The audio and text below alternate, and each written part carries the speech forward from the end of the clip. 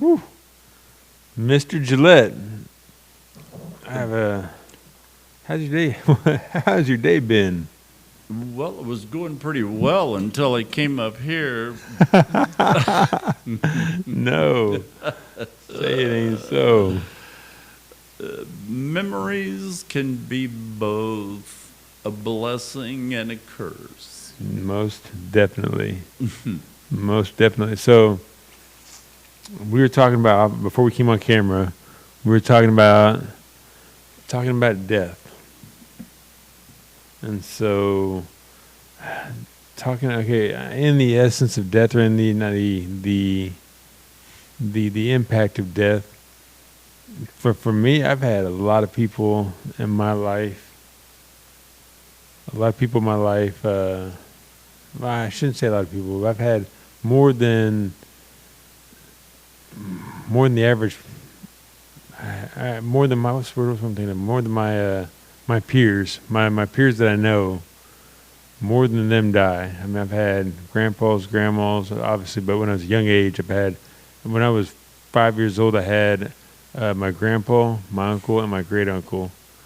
Possibly, the three most important men in my life died within a year.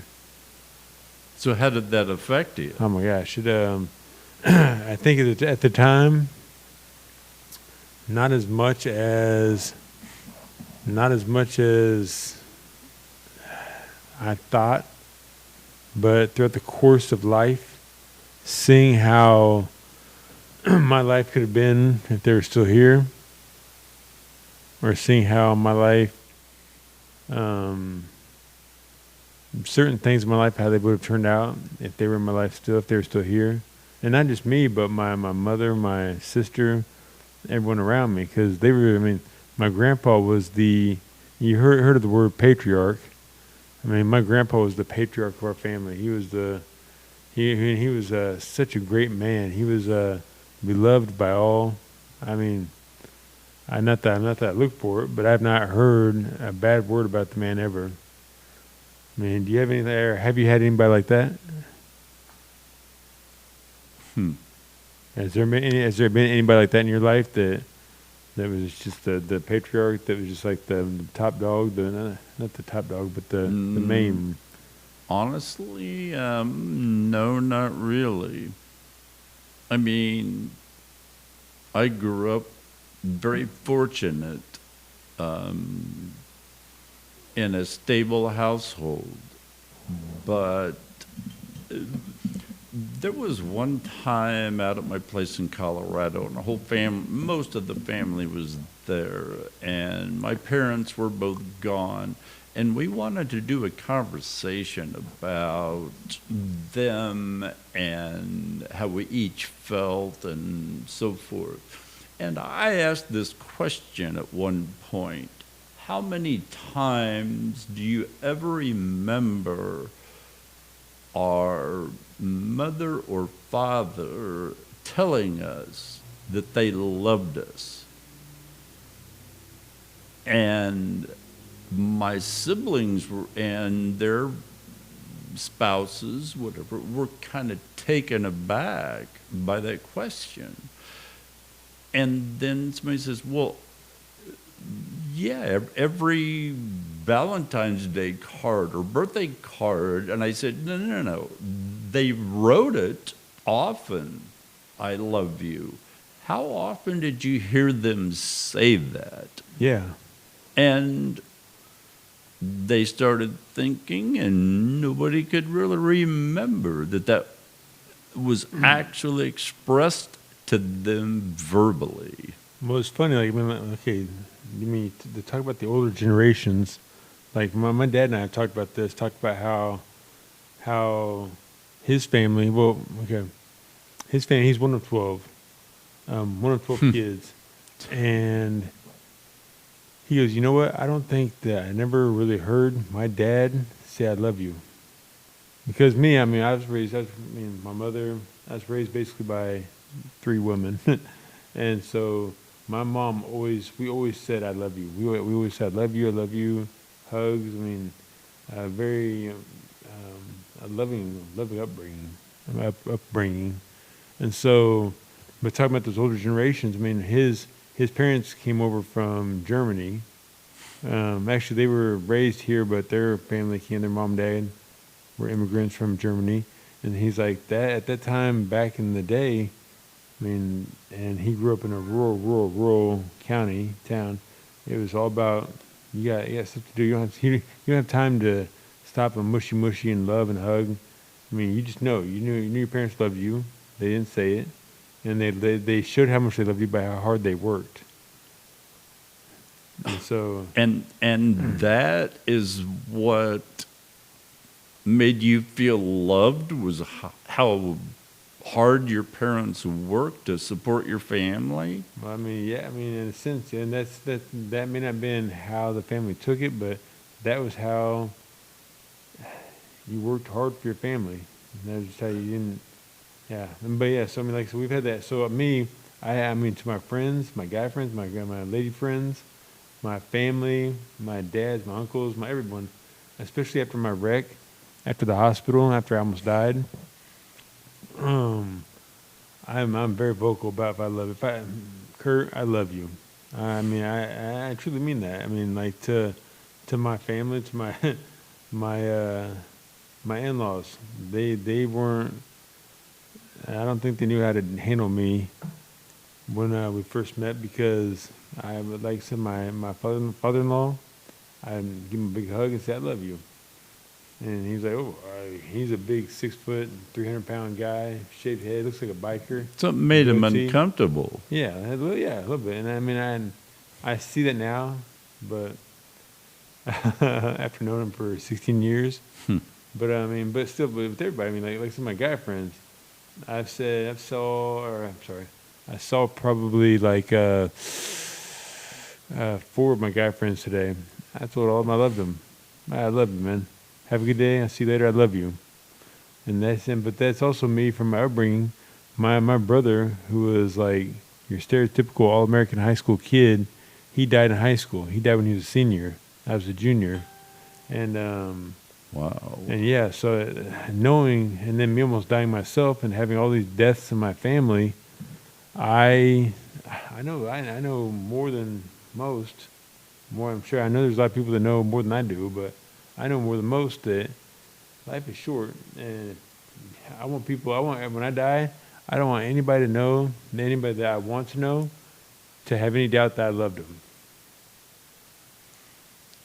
Well, okay, so does your supporting them financially, for example, express that to your kids? I mean, how does somebody know that you love them? And it's like my siblings were kind of taken aback when I brought up that question. And they said, well, of course they did. And I said, did they ever actually express that verbally? And then the conversation kind of changed, and, they're kind of thinking, well, maybe not. Every Christmas card, etc., was "and I love you" written, but was never really verbalized. Really? We still knew they did, but it's different, I guess, when it's not expressed. And I think, to a certain degree, all of my siblings and their kids have difficulty with expressing that verbally as a result, because they never really heard that. Yeah, well, I mean, that's like I said, the older generations, everyone has a different. Like you said, I mean, you knew they loved you, but nobody really said it. Right. So what? You're just supposed to understand, even though they did not express it verbally. You're just supposed to understand because of their actions that they must have loved us or me or whomever. Mm-hmm. As a result, because I mean, they were very supportive. Well, honestly, like, I played trumpet from second grade, or cornet actually, second grade through high school.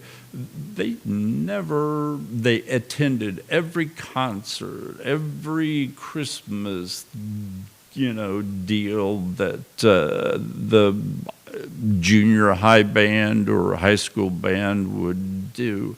But it was still, I guess they just assumed because we're here, he must know that we love him, but it still was never expressed verbally.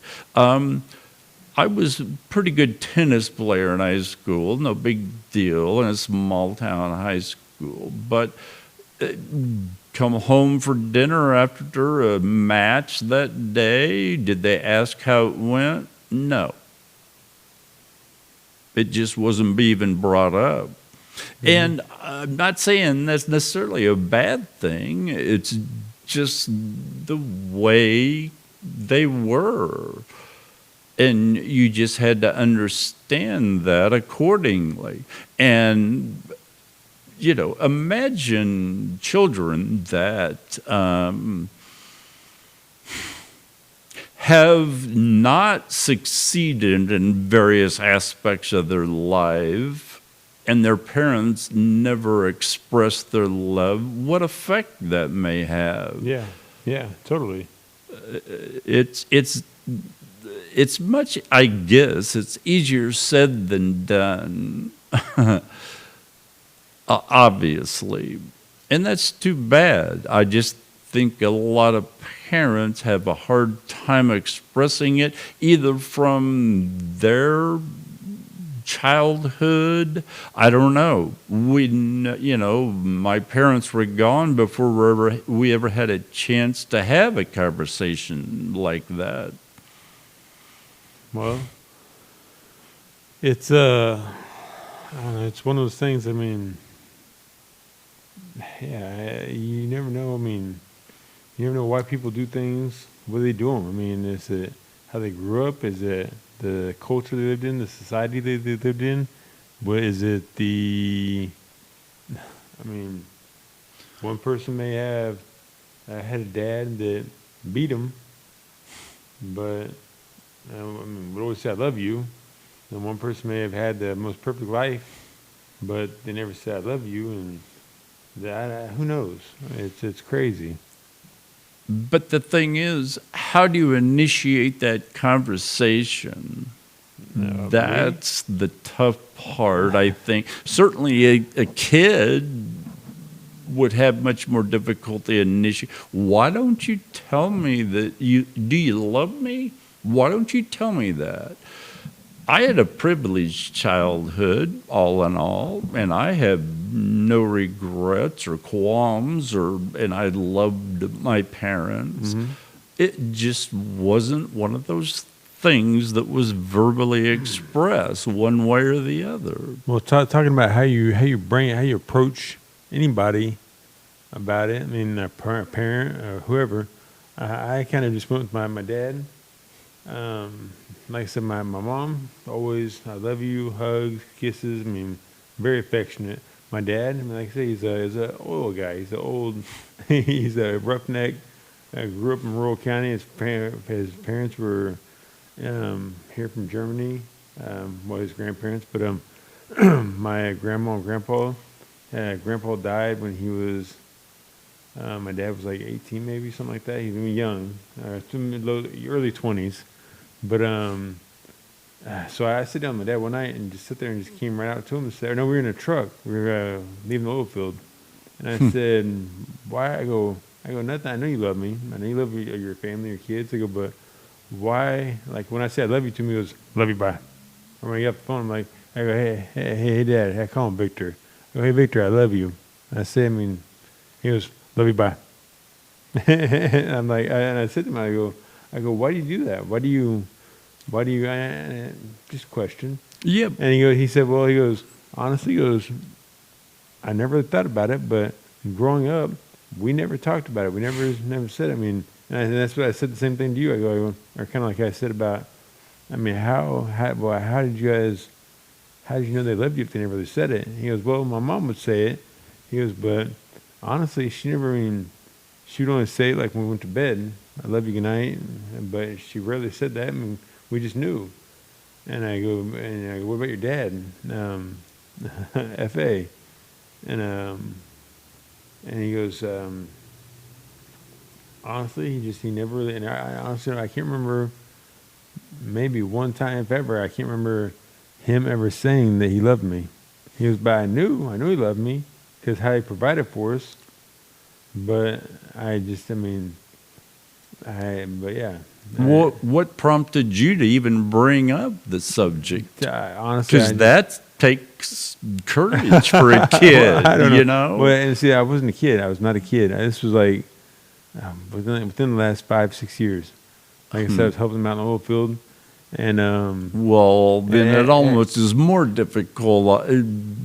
I think the older you get, the more difficult it becomes. Well, ever since my wreck, I mean, I just had, like I said, I realized how short life is. And granted, I'm not perfect, and I do a lot of things that don't make sense. Actually add up to that. But I said, I mean, I get through moments of my life now, and my post coma, post almost dying, post prison life, to where if I have a question, I'm going to ask you. I'm pretty blunt. I'm pretty transparent. I mean, I'm not perfect, and I do make mistakes, and I do fuck up. But I'm gonna ask you if I have a question, because I mean, like I said, I mean, who knows? Tomorrow I might be dead, or tomorrow my grandparent or my parents, who granted they're not older than the hills, but there's people that die. My grandpa died when he was 62. I was going to say, be careful when you're talking about age. Hey. Factoring that into Mr. the Gillette, you're like a fine wine. All right. But it's not an easy subject to broach, I guess, with a parent or a sibling. No, and I've never had children. And right or wrong, I felt growing up and even as an adult, I probably felt closer to my pets, whether a dog or a cat or whatever, than I did some of my family, because that pet was always there, always supportive. Again, you don't want to say that hey, I like my cat or I love my cat more than I did my parents. That wasn't the case. It just was easier to express or to feel that way. And right or wrong, it's like when my grandparents, which passed away at I think almost a decade apart, but I was more heartbroken when a pet died than a close family member. I don't know if that's good, bad, or otherwise. Well, you got to think about, I mean, as a kid, I mean, that pet, I mean, my first dog, Pepsi, German short hair. I mean, I'm sorry. That's my dad's dog. My first dog, BJ, Blackjack, a black lab. I remember I went for a stretch from when my grandpa died. I had a few people in my life die, but I mean, nobody really close to me. So when I was probably like 11, I was coming home from the skating rink here in Paola, and my dad told me that BJ got hit by a car and he was dead. And I cried so hard in that car that, I mean, it was like I said, I mean, you're that close to something, and it's family. It's like, I mean, it's But why are we closer to a pet than a parent or a sibling? I don't really have the answer. I've wondered about that over the years. Well, because okay, so it depends on how long you've been with that person, that cat. I mean, me, I'm definitely closer with my family, my parents, my friends. But there's certain people. I mean, that animal becomes your family, becomes your blood. Because it was always there, always supportive, and always expressing that support. Whereas parents don't necessarily do that. They think by showing up for your band concerts and similar activities that they're there, but the love is not verbally expressed. And I think there's a difference. And some parents just assume, well, I'm here. I was there for them every time they accomplished something in their life. Well, yeah, but did you ever tell them that? Yeah. Not necessarily. Well, when you have, okay, so going on that idea, pets, unless you have just a mean pet, the cat or dog that just bites you or just rips into you. I mean, but normally, for the most part, dogs are very, they unconditional love. Unconditional love. They love you no matter what. They're always there, and no matter what in your life, if you walk in bad day at work, they love you no matter what. They should love you no matter what. Some cats, not all cats with me, but some cats. I mean, same way. They'll come by and they'll rub up against you. They'll walk by your leg. They'll come and sit with you, lay on you. There's no communication per se as far as talking.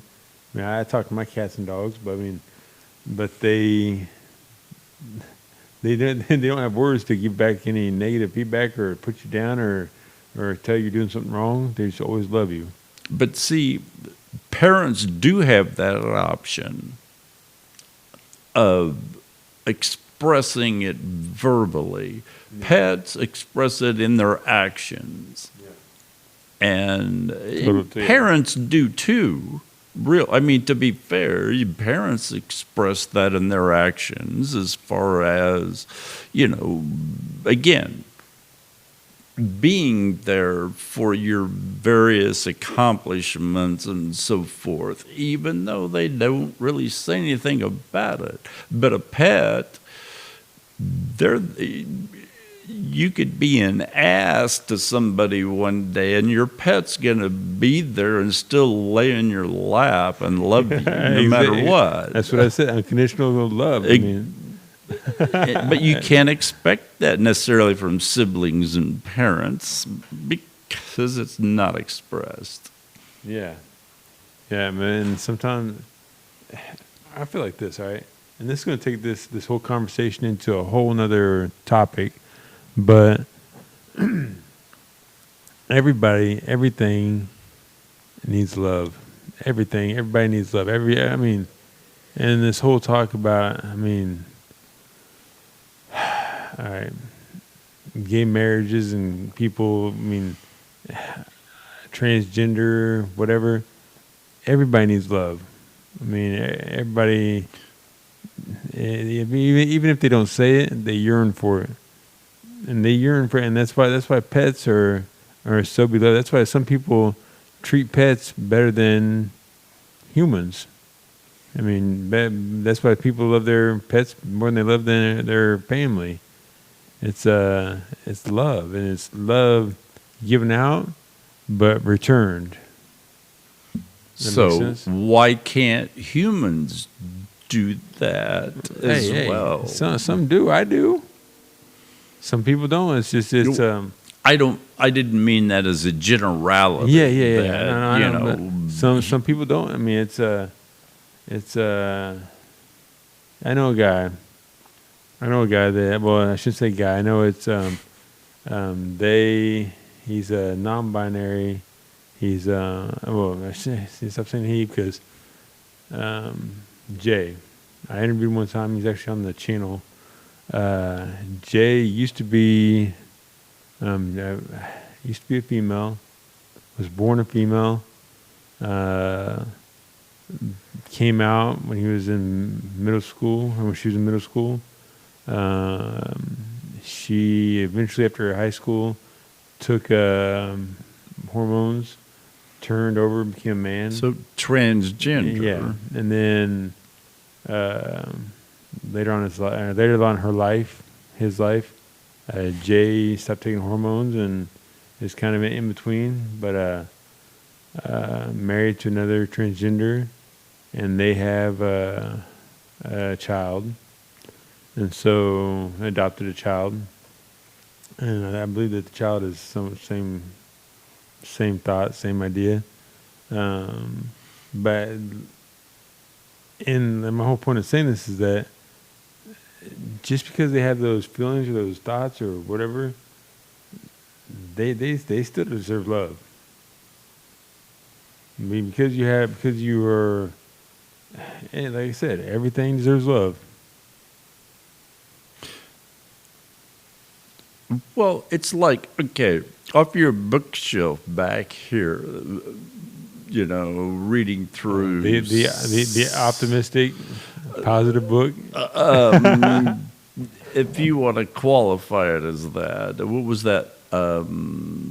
Longfellow, I think, but you start thumbing through that, and it's supposedly famous quotes by various authors and so forth, and there's not much positive there. It's life is what it is. It's not always easy, and you have to deal with it, and it's not enjoy life and enjoy living.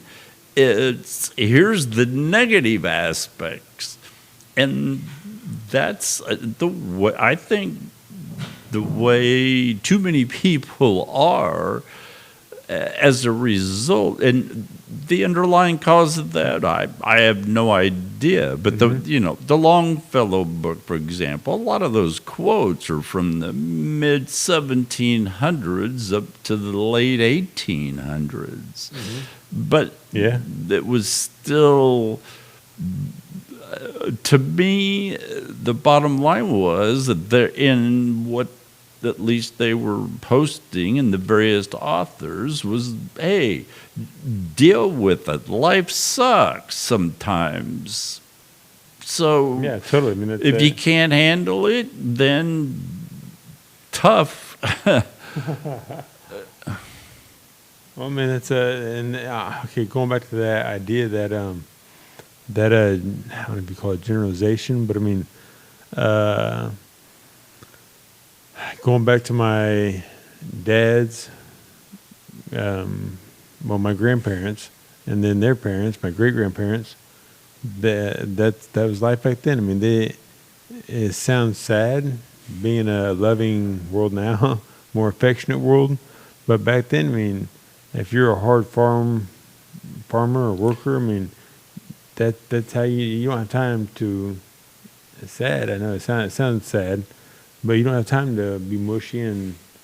Oh, I love you, son. Come here, give me a hug. I mean, I know it doesn't sound like that. It doesn't sound like that's that hard to do, but I mean. Okay, then. That's what I said by work. Did your grandparents tell you that they loved you? Did they verbalize that? My grandma did. My grandma Lise. My grandpa Heights, they were awesome. And not saying that my grandma Lise wasn't awesome, but she was my grandpa Florian, he died before I met him, or before I was born. So, and who knows, maybe when he got to his older age, maybe then he would become more like my uncle. I have a couple uncles. I have 3 uncles on that side. They one of them was the oldest. He got his soul. He just passed away.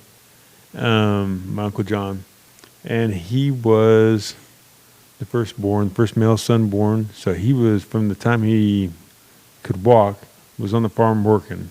He never played high school sports, never did anything because he was always working. He was the man. He was just a tough guy, and throughout his young age, I mean, back when I was younger, I never saw him really show love. And I mean, I shouldn't say show, but I was around him. I didn't see him all the time, but I didn't see him be loving. But once he became a grandparent, I saw that man melt like a man. Like he just turned to mush. And I saw that man cry. I actually have him on video telling a story about how much he loved his parents, my Grandpa Florian and my Grandma Lise. I saw him turn to mush before my eyes on camera. I got him so, and just talking about that was his happiest memory, was working the fields with my grandpa. Amazing. I mean, that's one of his best memories was working with his grandpa, or working with his dad, my grandpa. And so, but once he became a grandparent, I mean, once his kids were grown, and he didn't have to be that, full provider. I mean, granted, the company he had was with my cousin Matt, and they worked in the oil field together. But yeah, it's just. But like I said, the whole idea, once he became older. So then now I think about like my Grandpa Florian. If he would have lived to become a grandpa, he was a grandpa, but become older, and I'd have met him, I'm sure I would have seen that. I would have seen the same thing. My Grandma Lise. Yeah, my Grandma Heights, my mom's mom and my mom's dad, they weren't raised in the country. They weren't raised in the rural county. They were raised up in Merriam, Kansas, up in Kansas City, and so I'm not saying that was a reason for them to be more loving, but they didn't have to fight tooth and nail to put food on the table. They didn't have to work out in the field, work out on the farm and the dairy with milking cows and work in the field to get supper for that night, or supper for winter, or dinner for food. So I don't know. That's just my thoughts. Well, I can say with certainty that working with my dad in the summers, who owned a small town roofing company, that was not very pleasant. Yeah, you're with your dad every day, but it was, hey, it's 7 a.m. Get your ass out of bed. Come on. We got to be at the job site in 40 minutes or whatever. That's perfect. I mean, it was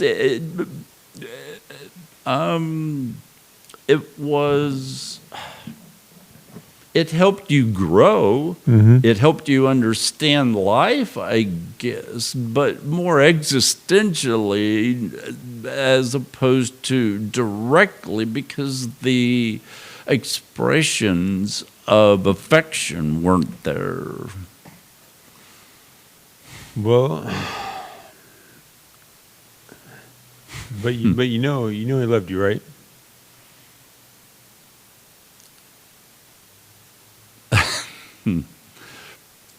Yes. To what degree? As I alluded before, it was just not expressed. It was something that I think my parents thought should just be understood.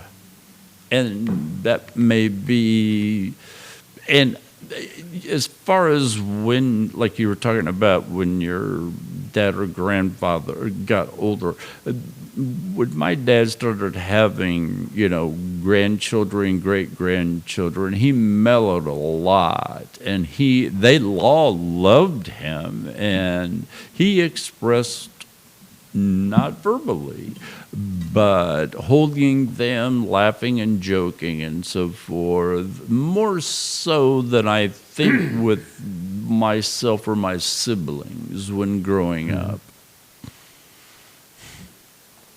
So, what about your grandparents? I was 14 when actually, I'm the same age now as my grandfather was when he died. But that was because he didn't believe in doctors and wouldn't go in for checkups and stuff. It's nothing that is hereditary. Whereas with my parents and others, I'm blessed in the regard that no matter how much I try and hurt my own body by substances and whatever, or mind, I'm fortunate because I come from strong genes. And don't have to be as concerned as maybe some people that go, oh, well, I shouldn't eat that, or I shouldn't act this way, or I shouldn't take that pill, or whatever. So I was fortunate to come from strong background from a health standpoint. From good stock. Definitely. But that still didn't make, again, when I reflect on it, they were there for minor, in second grade band concert. Oh my God, I can't imagine having to put myself through that as a parent. And they were always there. Never expressed what they thought about it, and even in high school, band events, they were always there. Yeah. And no matter how far away it was. Tennis matches, no, they were never there. But then tennis isn't exactly a sport that's conducive to that anyway. Yeah. So I never felt I didn't feel the emotional rewards I guess from my accomplishments because it was never really expressed. Okay. Again, for better or worse, it's much better that I had the opportunities to participate in those activities. Yeah. Where a lot of kids wouldn't have. So I have no qualms about it. My grandparents, they were similar to my parents. Mm-hmm. Again, that's not a bad thing. And there was no abuse. I was never so much as spanked by my parents. An occasional harsh word if I misbehaved, but that was it. And again, you don't know that at the time, but looking back, it's how fortunate I was to not get the crap beaten out of me because I screwed up doing something wrong. Yeah. That never happened. And so I guess that's maybe a way some parents show love as well. Yeah, that's. There's, like I said, there's so many different languages or different ways to love, and it's in some ways the grass is always greener on the other side. If that makes sense. In some ways you see somebody doing something in like another family or something. You see how they're doing it, and you're like, wow, that's really really cool. I really like that. But then if you go in their boots and their shoes, they're looking at you going, man, I just really wish that they'd be like that. I think that it's one of those things that people are doing the best they can with what they got. And it's like, okay, your folks, you don't know how they were brought up. You don't know how they were raised, what they've been through when they were child, or through, like I said, the generations, the older generations, my great-grandparents coming over from Germany, coming over from Europe, what they've been through to make them whether that they are. And like I said, I cannot even imagine, I cannot even imagine having to fight every day, tooth and nail.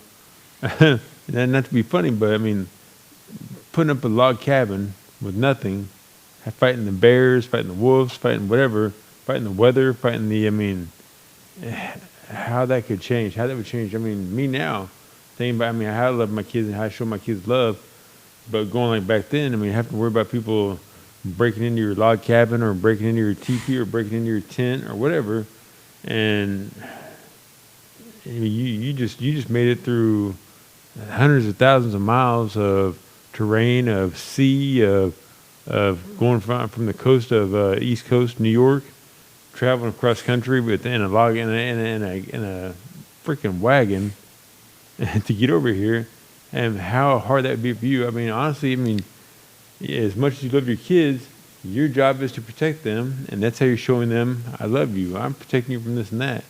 And so then going to the next generation, it's a little bit easier and a little bit less stressful or less whatever, but still you're still trying to fight whatever off. And then getting now to us, I mean, I look down from generation to generation to generation, and I don't know. That's just me. Well, I'm trying to where I feel rationalize it. fortunate in that regard, even though, you know, verbal love was not really expressed, I never had to worry if I screwed up doing whatever. Something I knew better than what I should have done, that I didn't have to sit in my room and wait for my dad to come in and smack me around. I mean, I had some friends that, you know, their parents kind of, today, well, I mean, the term is abuse. Right? It's, and even verbal abuse, not even just physical. I never had to worry about any of that. And that is a blessing, no question. I know people that were, oh my gosh, I know people that were abused. I know people that were sexually abused by the mother and the father, or by one or the other, and then the other didn't know anything about it. Like the mother abused whoever, sexually, physically, whatever, mentally, whatever, but the other parent didn't know anything about it, and how that would jack up somebody's mental state, their showing of love, their showing of affection, their showing of, or their lack thereof. I mean, that's I cannot imagine. It's just, I feel very blessed. An area where I feel very fortunate that there was never, I was never hit or threatened to be, you know, physically hit. There wasn't even that much, I don't know, hardly ever remember a cuss word from either of my parents, either against each other or myself or my siblings. Yeah. They, you know, they did some of that, but we didn't know until later. But it was off to the side, and it didn't affect us. So you're fortunate in that regard. And even though you're not being uplifted verbally about, oh, you were great doing that, you're a great person, and we love you for this or that. If I had the choice, I would much rather have that kind of upbringing than someone that had to worry about their dad come in and slapping them in the face for messing up about something. No, none of us had to worry about that. And that, you know, there's a lot to be said for that. Totally. I mean, that's like, it's one of those things, it's the life, until you hear about somebody else's struggles or somebody else's, I mean, bad times or whatever, you don't, man, you almost take, that's what's called, taking it for granted. That points in my life, I mean, I've taken my life for granted. And And I try not to now. I try, like I said, going through my wreck and going through almost dying and everything that's followed that, prison, whatever. I try as hard as I can not to take it for granted.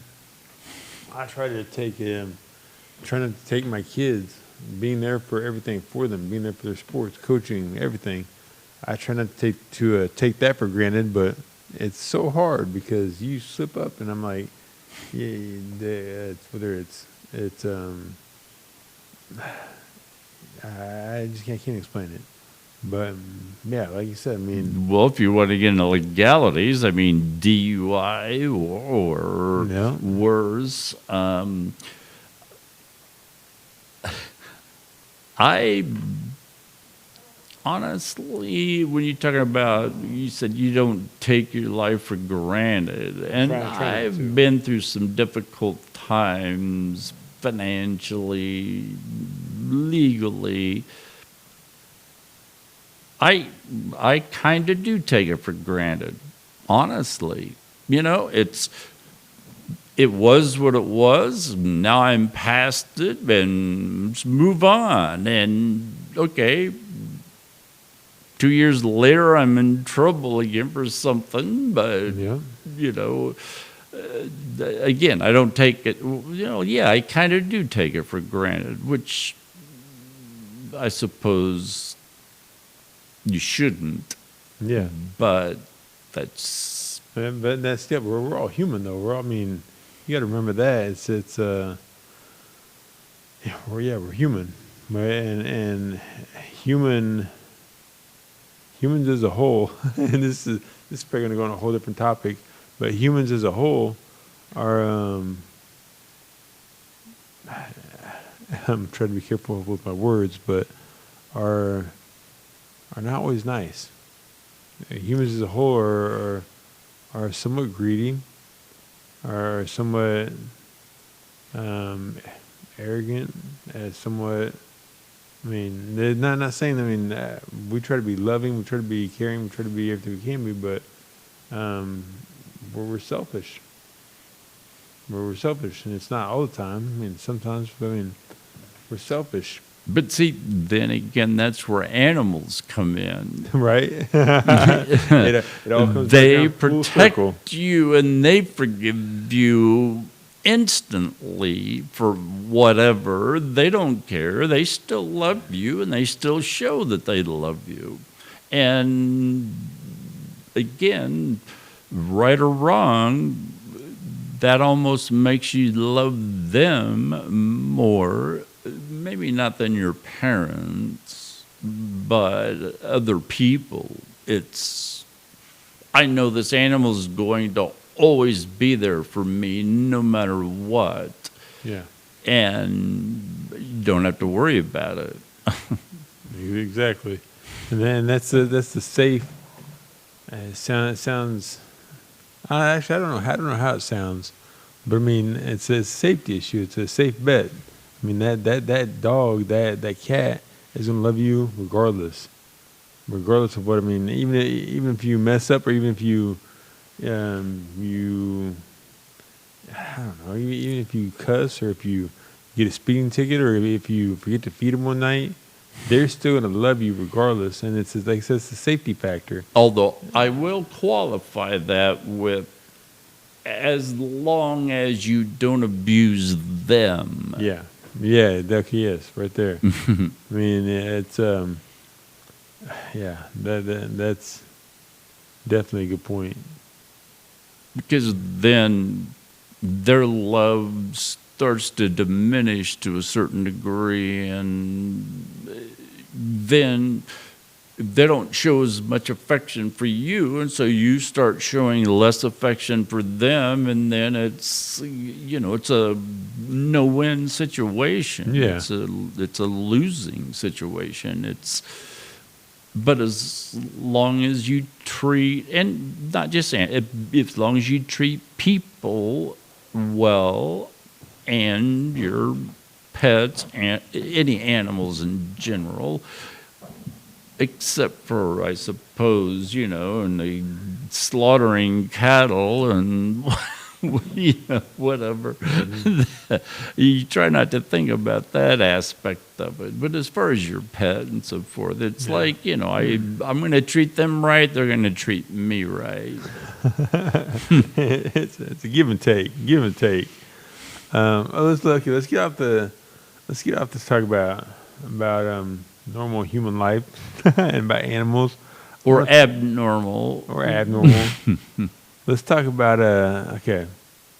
Tomorrow's Good Friday, all right? I don't even know what today is. Today is Holy Thursday. Really? Yeah. Is that what it's called? That's what it's called. Okay. Okay. So are you? We talked about this vaguely, and if you're cool talking about this, about religion, about faith. I mean, did you ever grow up as a kid? Did you ever go to church or? I grew up going to church and Sunday school. Yes. So now, as you're more, like I said, I called you before a fine wine. Get better with age. You're more distinguished. Do you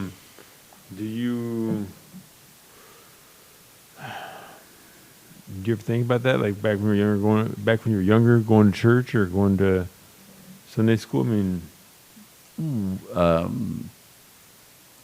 I was glad when it was over. No, I didn't really enjoy Sunday school or church, and I disagreed with a lot of what was said. It just seemed to be so much hypocrisy that this is said and this is how you should respond to whatever circumstance or situation, and it's like, well, wait a minute. That isn't how the Bible says you should respond. And so people pick and choose. Well, but what the Bible says fits for this situation or circumstance. And then, well, it don't just disregard what it says about that, because that doesn't affect us. I always had a hard time, and still do, with the hypocrisy of religion. I'm not saying it's certainly not a bad thing. I see what you're saying. I mean, it's okay. So me, I'm a. I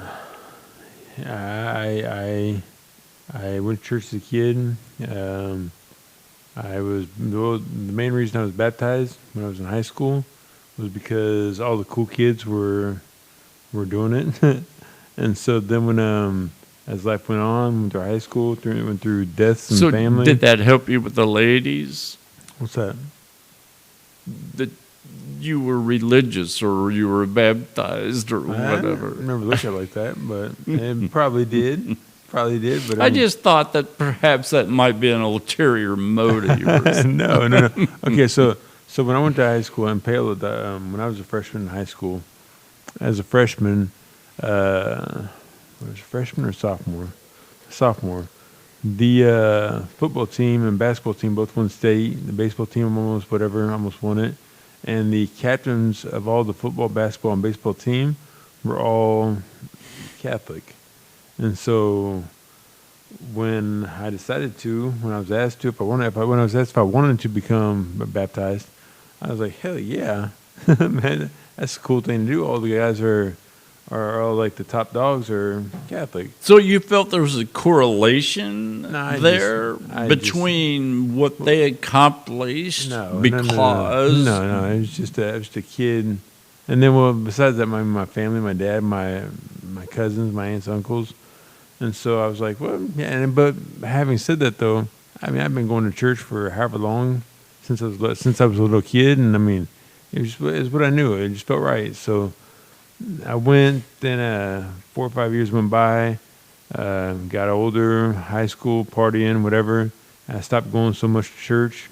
Became a holiday churchgoer, and then my wreck happened, and so. My wreck happened. when I came out of the coma, it was like I woke up and knew. I just knew right then that that's where I need to be. It was right then that I was. See, before my wreck, if you asked me if I believe in God, I would say, yeah. I go, but you're supposed to. You're supposed to say you believe in God. And one of the main reasons that you're supposed to believe in God is that if He is real and you don't believe in Him, you're going to hell. But if He is real and you do believe in Him, you're going to heaven. So, I mean, it was a win-win situation. You know what I mean? Yeah. I read something recently about that subject, and it was from a reasonably famous philosopher saying, if you don't believe in God or Christ, you're an idiot, because if you believe in them and it's true, you have everlasting life. Right. But if you say, I don't believe in any of that stuff, but you should have, then you're screwed. Yeah. So I called that my get out of hell clause. My get out of hell card. They should add that to Monopoly. So, I mean, The get out of hell card. It is what it is. But so, I mean, but like I said, when I woke up from the coma, I was instantaneous. I just knew. And there's other things that I'll talk about later. What if you hadn't been in that coma? What if that never happened? Where would your beliefs have gone? Would you still be kind of in limbo? Well, it makes sense, but it doesn't make sense in this regard. I have no idea. I'm glad I don't have to answer that. I'm glad that I don't. Yeah, I never thought of it like that. No. I'm speechless because I don't have any reply to that. Well, my older brother, who passed away a couple months ago, he was a devout atheist. Yeah, he told me that. And he and I had conversations about it, and I said, and I got into the words of the philosopher that I just mentioned a few minutes ago, and he goes, but it's not true, so I'm not concerned. What crosses my mind for some reason, he died 3 days before Christmas, and I was thinking, I wonder what the family, or if we would have thought differently had he died on Christmas Day. Whether that would be, it'd been a little ironic. Ironic, yes, that would be the good definition. I mean, I think like this. All right, and I've gotten in arguments with people about this before, and really, people say, well, atheists, if they don't believe in God, they're not going to heaven, or they're not. Okay, who knows? Well, then I've said that in arguments and discussions with people, and they've said, well, I've said, well, who knows? Do you know? Maybe he's sitting in heaven right now. Well, it says in the Bible. Well, it says in the Bible, but I mean, are you God? Or are you God? Or does that mean? And no, I'm not God. Well, then how do you know? I mean, well, it says in the Bible, and I'm not saying that. And people, the Word of God is the Bible, but maybe I don't know. Maybe I don't know. I don't want to get too deep into religion, but I still have a hard time with Old Testament versus New Testament. How does that just change all of a sudden, where there's a God that is punishing people, and all of a sudden in the New Testament he's all forgiving? Yeah. That's difficult to absorb, that I don't know, I guess you can't call it philosophy, belief. No, that's true. I mean, I've often thought the same things. I mean, who, yeah, who knows? But it's like this, and we'll end it on this because I don't want to completely go on a No, there's tangent. one more thing I want to say about it, but go Okay. ahead and say what you want to say. Then Okay, so I had a question for my dad. My dad and I were talking. This was after my wreck, and we were talking. I was dating this girl, and she didn't really prefer the Catholic faith, and so we were talking, and how could you not believe in Catholicism when every week you can be forgiven for all the crap oh you my gosh, did the week before? not Who this wouldn't guy, want not that? this guy. So Sorry. we were talking, and my dad and I were talking, and she told me the idea that if you believe in God, if you believe in Jesus Christ, you're going to heaven. If you don't believe in him, you're not going to heaven. And so my words to that were this. I talked to my dad, and we kind of disagreed on that.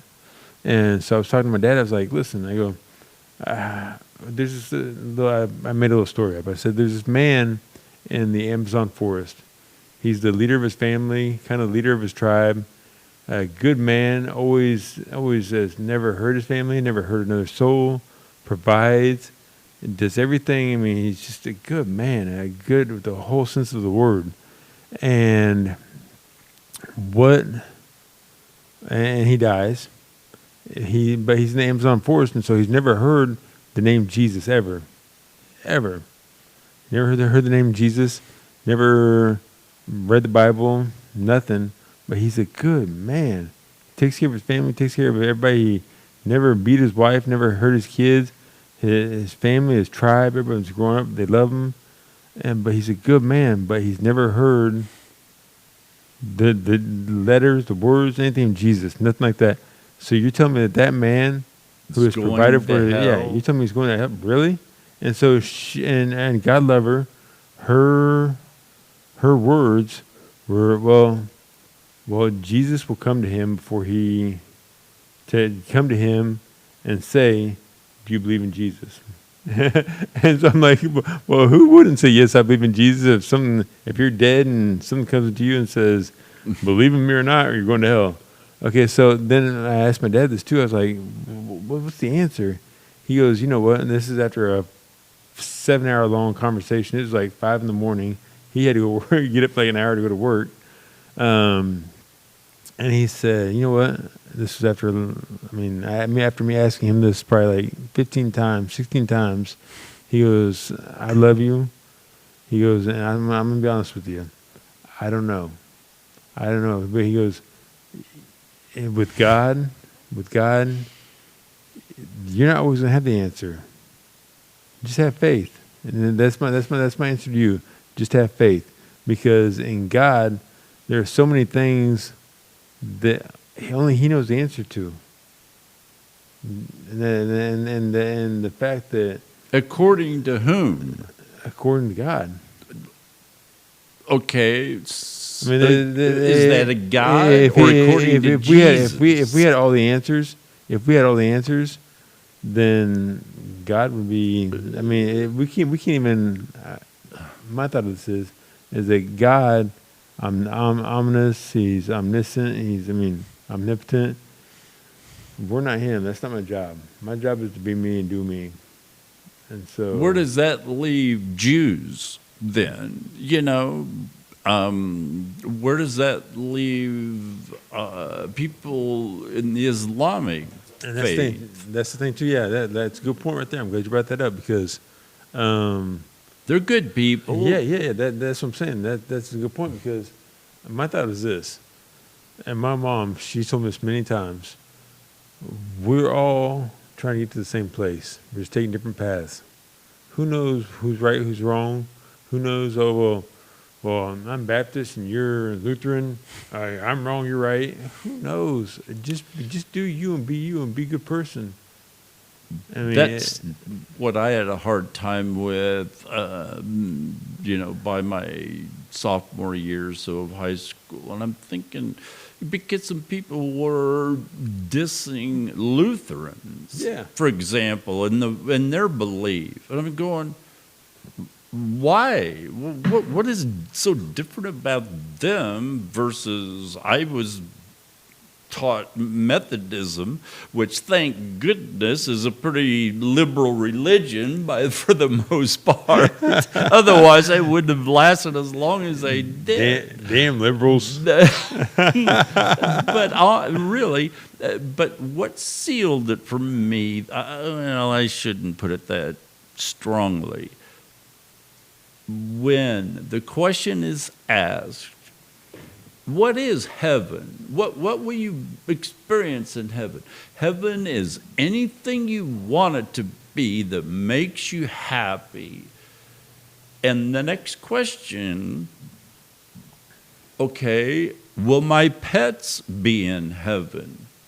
Well, no, there's no heaven for animals. And so then you know, the next step is, well, then heaven can't be what I want it to be if my pets aren't going to be there. Yes. Right? Yes. I mean... Okay, so and that's the thing okay, we're going to end on this because this is... That's okay. That was the one last comment I wanted to make. But who knows? As far as I'm concerned, those that have gone before us and God are the only ones that know.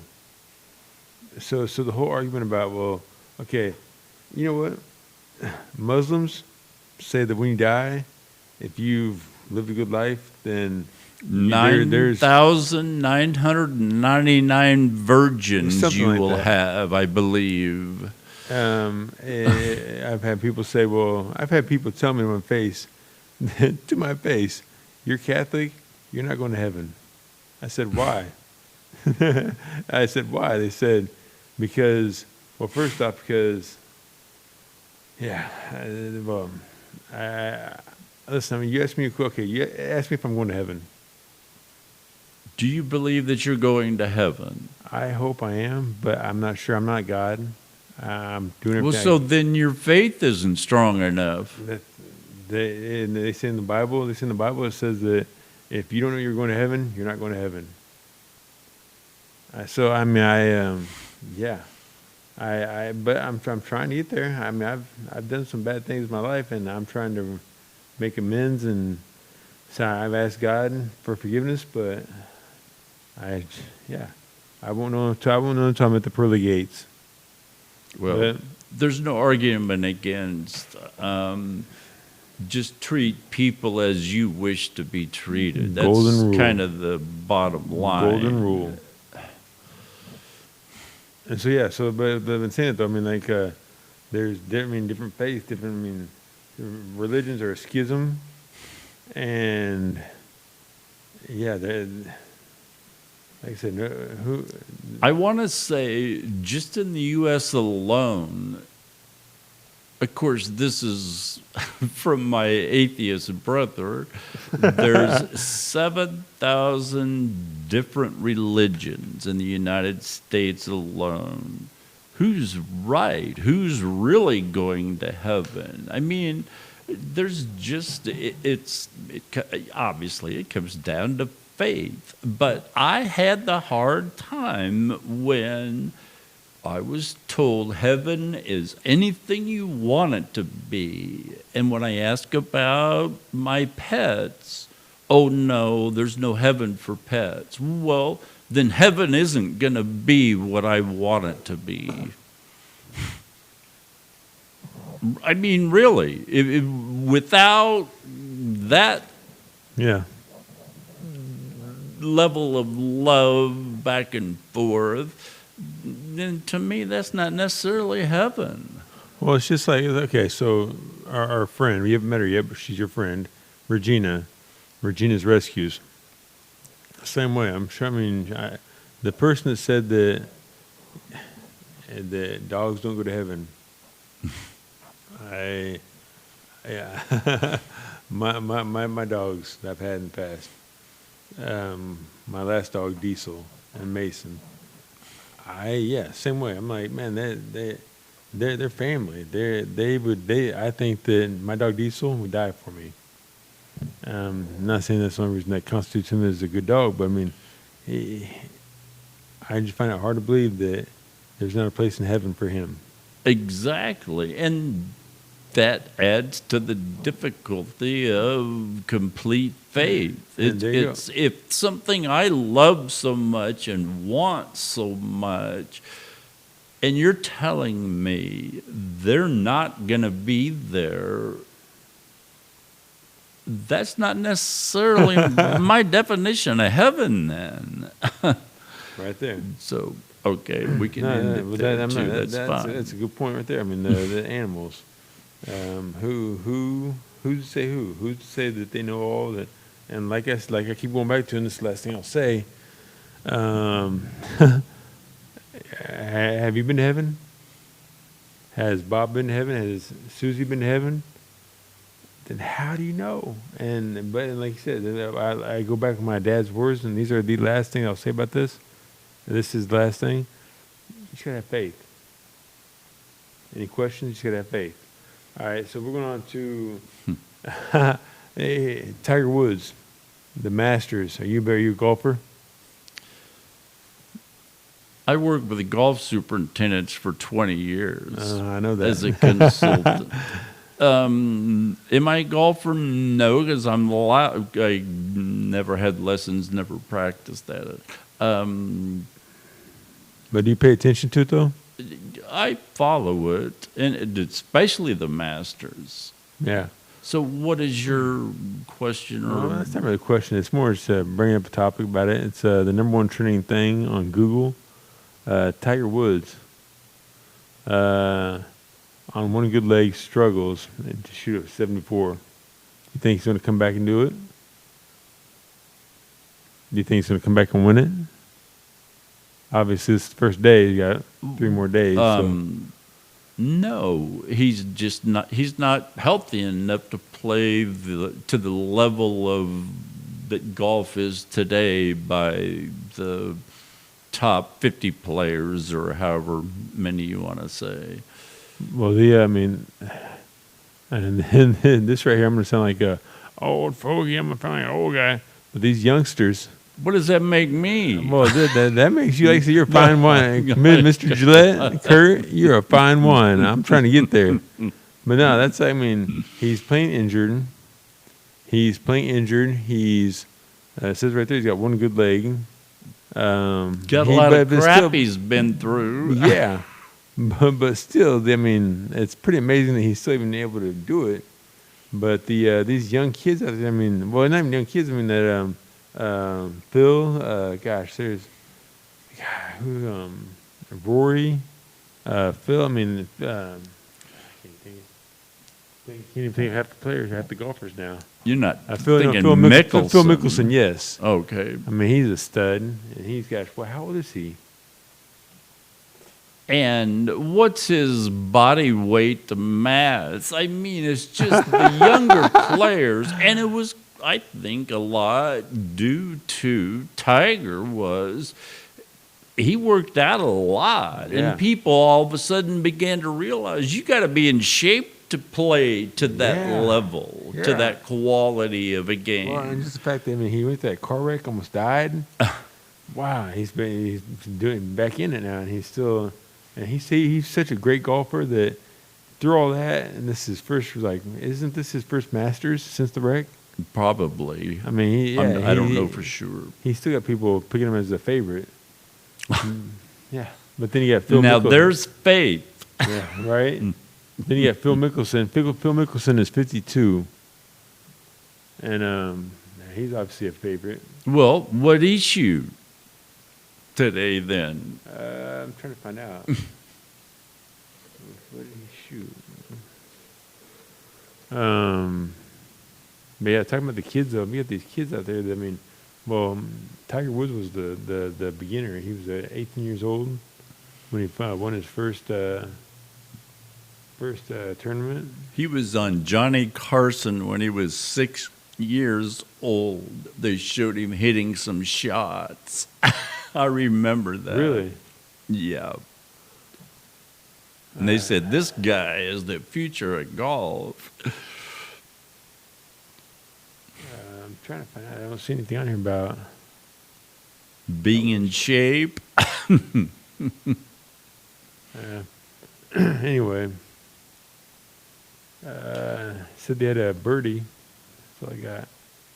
Talking to Mickelson. Yeah. Mixon snapped a par 5. Da-da-da. That's all I got, man. It's not really. I didn't find just a scorecard. Well, who's leading? Hold on. Gosh, You're, you're the one with the world of knowledge at your fingertips. I'm just a bystander you're here. just a lowly bystander, aging like a fine wine. Until I get home and watch. I recorded the Masters today, so I'll find out when I get home. Yeah, turn on ESPN, please. Turn on the golf channel. Yeah, I never realized how much, how peaceful golf is until I fell asleep watching it. No? Well, that's not necessarily a bad thing, No. I'm saying no. as long as you don't fall asleep while you're playing it. Yeah. Well, no. Okay, so my brother-in-law, he used to be a very, very avid, it's crazy. He golfed so much, and now he doesn't golf quite as much now that he has 2 kids. But I didn't really watch golf. I did every once in a while, turn it on, watch whatever, and turn it off. But he would watch the whole kebab. He would watch all of it. And so, I never really fully developed the respect for watching the golf on TV until that. I played golf in high school. I wasn't serious about it, but You just weren't good at anything else. Oh, yeah. Maybe. Sorry. Yeah, that's gonna come back and bite you. I hope you get gonorrhea. Hey, I'm band and tennis. You can't get much more geeky. Okay, how you see you didn't play golf, you just you're in the business of golf, but Well, I watched the majors because I had to be able to converse with my clients, Yeah, your clients, intelligently about, the sport. So what was the best you ever shot? How many? I know you didn't play that much, but you did play, right? I'd rather not go down that road. No, I've never. I found out I owned this distributorship for 20 years and working with golf superintendents, but I found out it was instead of playing with a group of another 3 or 4 guys that maybe a couple were assistant superintendents and a couple were other competing sales reps, that's who I'm going to spend the day with. Or I could have my company, me, chip in $550 to drive the beer cart and pass out free beers to everybody. Well, that's kind of a no-brainer. I'll take the driving the beer cart and getting to communicate with everybody on the course. Take that in a heartbeat. Yeah, so I got, 2 guys I don't know, John Rahm or Rahm. No, Rahm's been at the top for a while. John Rahm, he's in the lead. Him and Victor Hovland. That name I haven't heard. Tied for the lead. But first, there's a long way to go. There's 3 more full days. Yeah, it's going to be a long 3 days. I wonder how the weather is. So did you watch any of it today? You did? Did you really want me to answer that? No. I was coming down here and doing other things than... I ain't mad at you. I am not mad at you. No, I know you. Well, I would hope not. Other things. I believe I was there for some of those other things. Yeah. Well. It's the thing about golf is here's a celebration. Yes. Now, here's a celebration of football. You're jumping up and down with your arms in the air, or even, NCAA basketball. It's not the same emotion. No, not at all. Sports wise, I guess. Okay, so I got a question for you. This is also trending. What did you hear about in Tennessee? Now, we're definitely going to get too much into this because I don't want to talk about politics because politics is everywhere. But in Tennessee, 2 of 3 Democratic members were voted, basically kicked out of the House, of the Tennessee House, due to the gun protest. Jim, we won't get into it, but what are your thoughts? What's your question? What's your thought on gun protest with the shootings and stuff? I mean, I'll tell you more right now. I mean, I think that it's wrong. I think that it's not the protest. I mean, everybody's up for. I mean, it's Well, okay. So what is it you think is wrong? no, nothing. I think that the shootings are wrong. I think that the people like that. Gosh, that just happened. The shooting in the schools. Were the 3 kids and the 3 faculty members were killed a couple days ago? Yeah, that's nuts. I don't get people's thinking. I don't get. And the girl that did it, she went around to 2 schools. It was a private school, private Christian school, and she went to as transgender. But she went to 2 schools that were more protected. That's what you say. And then she went to the private Christian school because they didn't have security like the 2 schools before. That just blows me away. I don't. Well, if I really wanted to be an ass about it, I could say, well, then where was God to protect them if they were more religious schools? If you want to be an ass. Right. And I don't want to be. I just make that as an aside. Well, who's to say that God wasn't okay? So so since you're gonna pull back God into this, that right there is, I mean, free will. God had nothing to do with that. It was the girl and her free will of choosing to go shoot those kids or go shoot those people, shoot that school, and I'm not getting into bad. What about people that are killed in a shooting like that have a strong belief in God? Then I mean, I'm not God, but they have a lot better chance of going to heaven than the shooter. I'll tell you that much. What if the shooter repents? Is he going to go to heaven? Again, right there, we'll go back to my dad's reply to me. I don't have all the answers. I just have my faith, and I just believe in that. I mean, I'm not God. I don't have all the answers. So I worry about myself, worry about my family, and do what I can. And what was it? Saint Francis of Assisi said, "In all things, or through all things, preach the gospel, and if necessary, use words." So I preach. I show my faith. I show my my religion, Christianity. I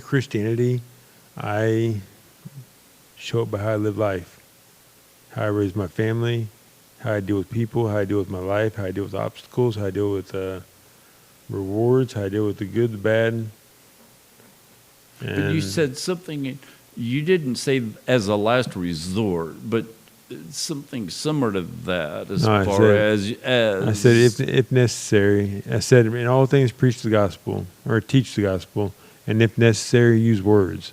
And that means my understanding of that is that I for my family, for everybody, I try to be a man of God, a man of principle, a man of Christianity, a man of whatever by my actions.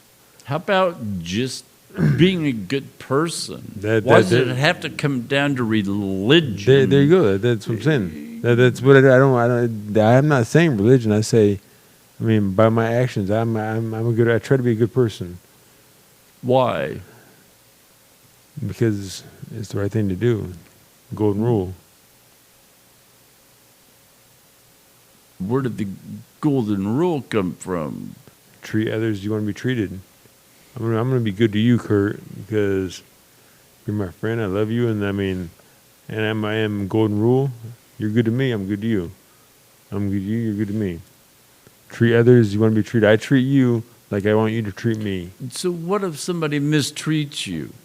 Are you going then to mistreat them back? No, that's not how I want to be. That's not how I want to be treated. You're kind of getting it twisted. You're getting it backwards. I treat that person well. Okay, so you've heard the Our Father prayer, right? Right? I always get that in the flag of allegiance mixed Our up. Father who art in heaven. I'm sorry, I was being But facetious. listen, you've heard it though, right? So it says in there, it Our says Father who to art in heaven, yes. hallowed be thy name, thy kingdom come, thy will be done on earth as it is in heaven. Give us this day our daily bread, and forgive us our trespasses. This part right here is my favorite part. Forgive us our trespasses as we forgive those who trespass against us.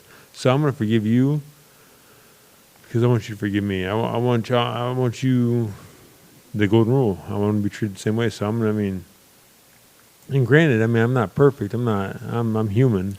So I'm not always, I make mistakes, but it is what it is. The issue, or not sure if that's the right term, that I have with that philosophy, I suppose, how many people in all the wars that have taken place in the world have said that very verse.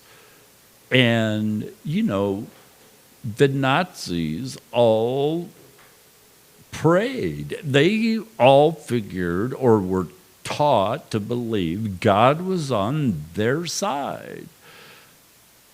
The French were taught God were on their side. Of course, Americans were. Now, how does that work?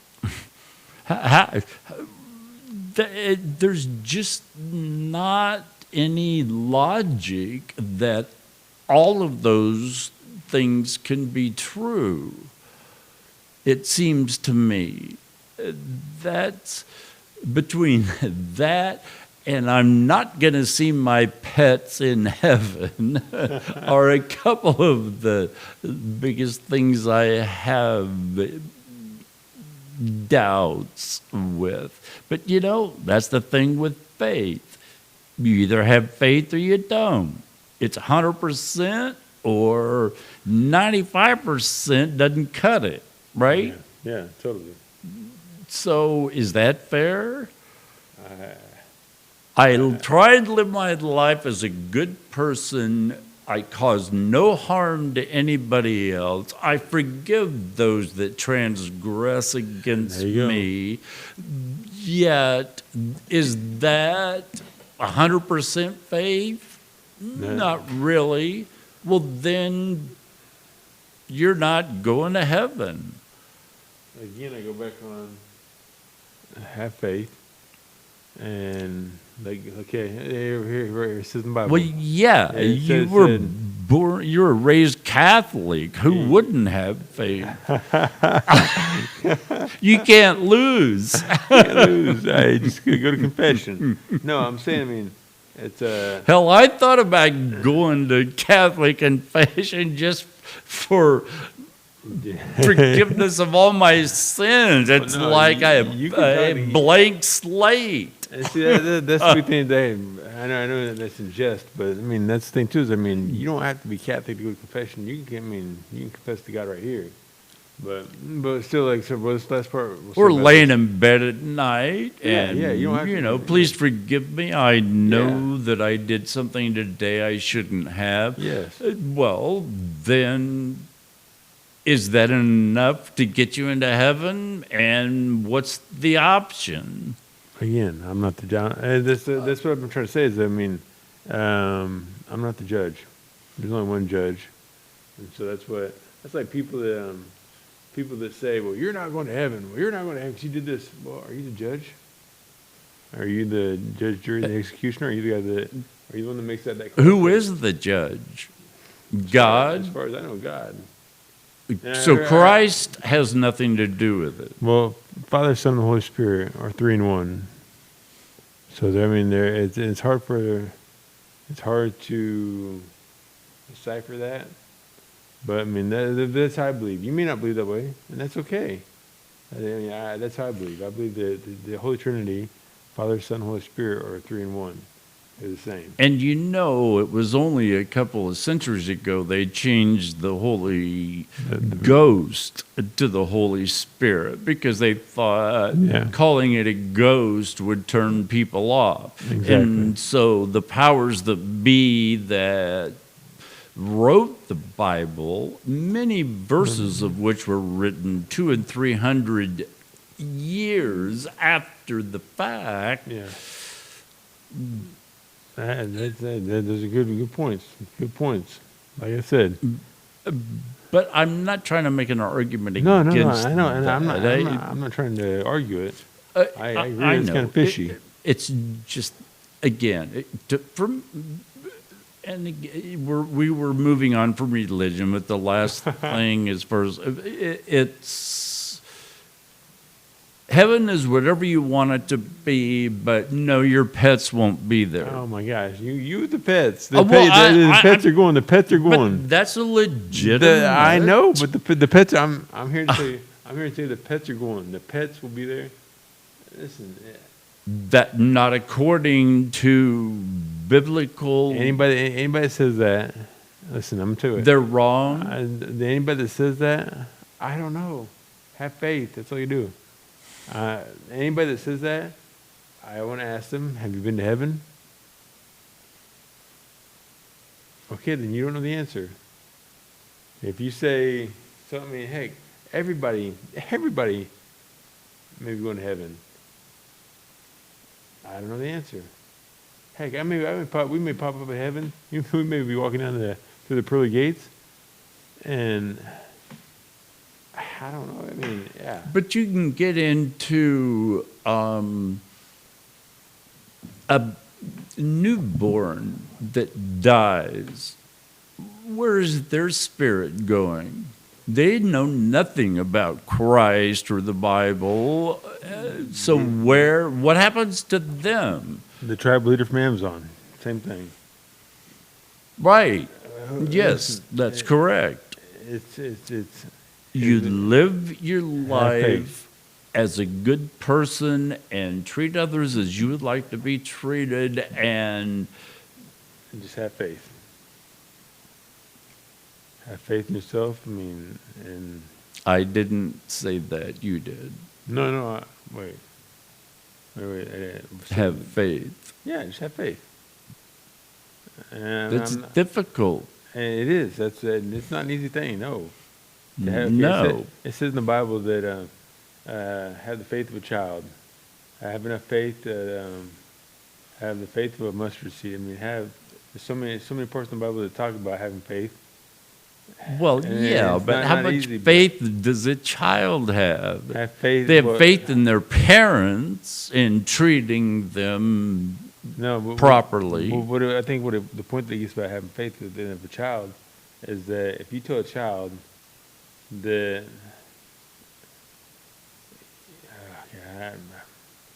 if you tell a child anything, they're going to believe you.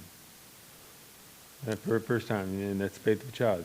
You tell them, I love you, I will never let you get hurt, they're going to believe you. And if you tell a child, like I said, children that I've seen, until they get older and time corrupts them. I don't mean that like time corrupts them. I mean like time wears on them.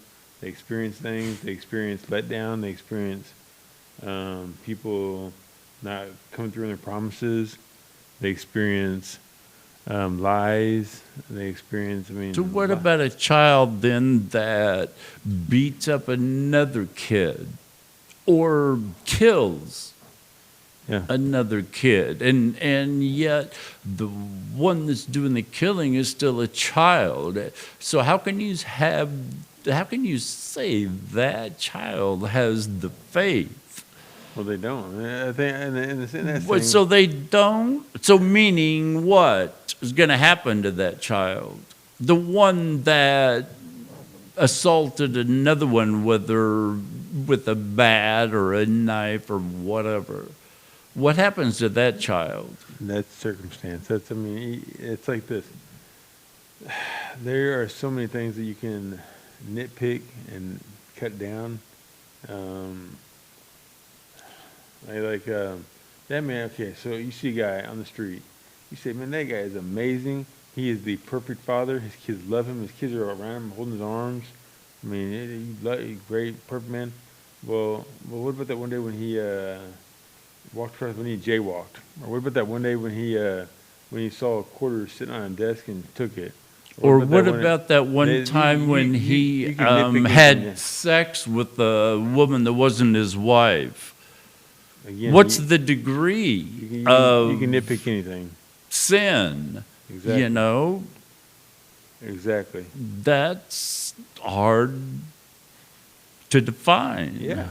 No, I agree. I mean, it's And if my pets are not going to be in heaven, my faith is not going to be quite as strong So this as all perhaps. comes back. We come back from a man committing adultery, comes in. So that's all play on words to bring it back around to your pets not being in heaven. No. That's not a play Kurt, on words. Kurt, That's legitimate. Kurt, I'm saying this right here. I'm saying that your pets are in heaven. They just got the pass by the almighty Paul Michael Davis. They're in heaven. That's it. Next topic. Okay. Tyreek Hill. You know who Tyreek Hill is, right? Former Chiefs wide receiver, yeah. Yes. Now Miami Dolphins. Yes. He just I think today or recently said that he is going to retire after the 2025 season. So in 2 seasons. Okay. And he is only, I think, 31. Yeah. My question is, why wouldn't some offensive tackle that signs a 5-year, $50 million contract, why would he not retire at 25 years old? I mean, why continue risking harming yourself? You know? So yeah, all the better for Tyreek Hill. I wish him well. He's he'll be 31. Yeah, at the end of 2025 season, he'll be 31. And why not? I mean, he's made millions of dollars, and he's making millions. Other than maybe boredom, yeah, but competition is in Miami. As far as I saw this last year, he got beat up. I mean, he had like the Miami quarterback. He just came in as Tua or I can't remember what was his name. Tuavusa or Vesa or. You know what I'm talking about? The Miami quarterback that got a brain or head injury, like 3 in a row, concussions. You know what I'm talking which about? he'll never play again by today's rules. I don't. Chiavasu, anyway. Is that it? But 31 is old in NFL years, and so it's right. What are you going to do? Tua Tagovailoa. So what are you going to do for your next 60 years? Man, but he's already made so much money. Of course, I asked myself that when I retired at 63 years old. It's like, okay, I can pretty much do what I want. Yeah. When's my next cruise? Yeah, I don't know how much money he made, man. He made so much money, and so he made with the Dolphins. Oh wow! Signed a 4-year, $120 million contract extension with the Dolphins. After he received $72.2 million, guarantees of $52.535 million is fully guaranteed at sign. Wow! So yeah, when he signed, he got $52.35 million guaranteed. Without even playing a game. I saw a program many years ago, and it was on athletes and their salaries, and they profiled the lowest paid player in the NBA, which I'm not a big basketball fan per se, but this article was interesting, and there were, I think he had like a 5-year deal worth $8 million or something, but he averaged a minute and a half a game, that he was actually on the court. And they were saying, look at the house this guy lives in, and he can do anything he wants for the rest of his life, and he's the lowest paid player in the sport. It's just mind-boggling, I guess. I mean, it's ridiculous, and it keeps going up. I'm wondering when it's going to be put like the brakes on it. Well, here's something this is maybe changing the subject to a degree, but for some reason I started Googling, okay, what is a comfortable amount of retirement income for a 65-year-old or a 66-year-old? And it can get scary. They're talking about how, if you don't have $1 million in the bank, you may have a hard time living the rest of your life. And I'm thinking, wait a minute. I don't have a mortgage. I don't have a car payment.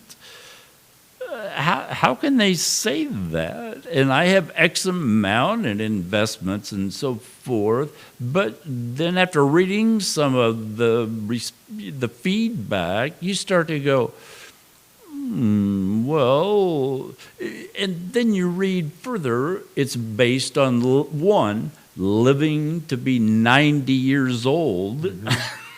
What? Which... That's crazy. The odds for that are not real high. Well, I mean, but you got to think about this, though. You got to think about this, is that every year, the lifespan or life expectancy goes up. Yeah, well, it says disregard Social Security, for example. Well, wait a minute. When I was working and owned my own business, I was paying $1,500, $1,600 a month for health insurance. When I retired, I was paying $326 for full coverage health insurance. So how can they say, don't worry about it? So don't count that, because what if your health gets worse? Well, because I've got Medicare now.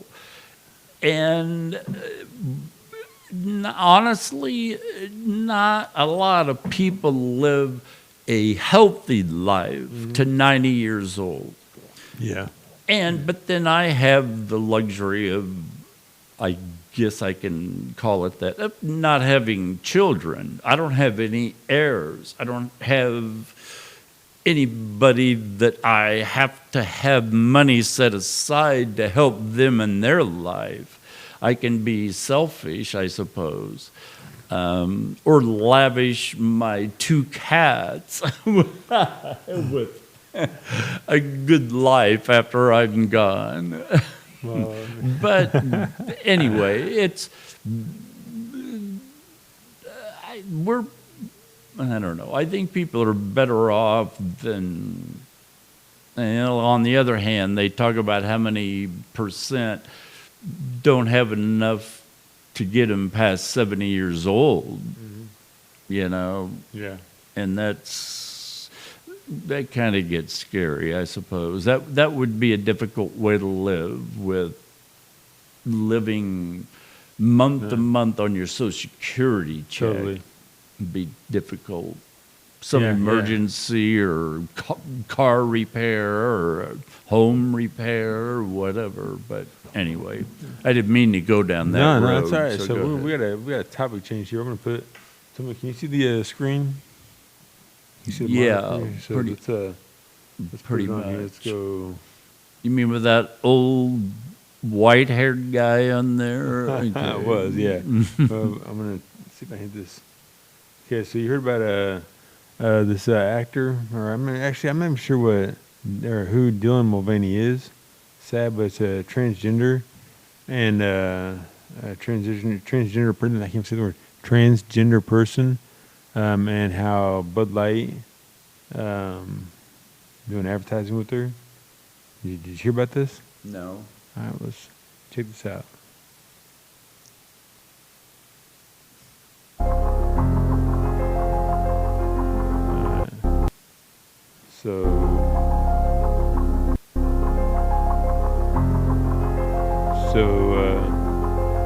Basically, I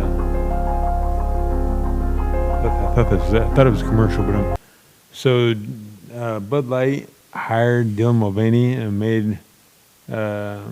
made them the sponsor for Bud Light beer, and now all these like celebrities are banning Bud Light from their concerts or from whatever.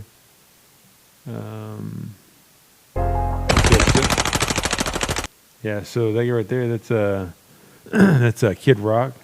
Kid Rock was like, all of his concerts had Bud Light, and now he's blowing up like all these cases of beer. Bud Light. Yeah. You hear about that? Ask what Ted Nugent thinks about that. Is that right? That's I want to hear about that. We're gonna look that up. He would have a gun in each hand. Yeah. So, yeah, Bud Light was. So the only reason I brought this up is because trending is Travis Tritt. You know who that is? Yeah. Good country singer. Hi, how are you? I haven't been making as many videos. Okay, Travis Tritt is transgender? No. Oh, okay. So I Dylan Mulvaney is, I guess I'd heard about them for a while, but Dylan Mulvaney is an influencer on TikTok, and so that's how they got famous and transformed from a guy, Dylan, to now a female through transgender, and so Travis Tritt is. There's been a lot going on.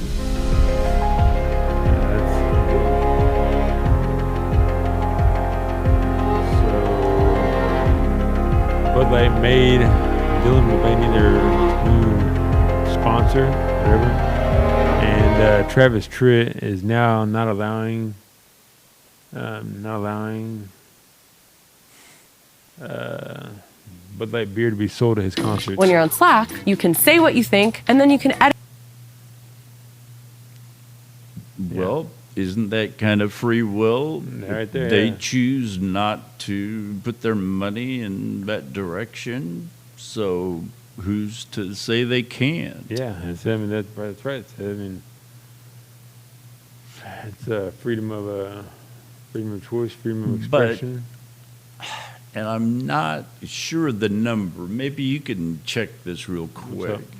It's either in the last week or two, I think it's either 1,400 or 14,000 laws against LGBTQ whatever. Yeah. in the state houses around the country because that it's become, so noticeable up on the list of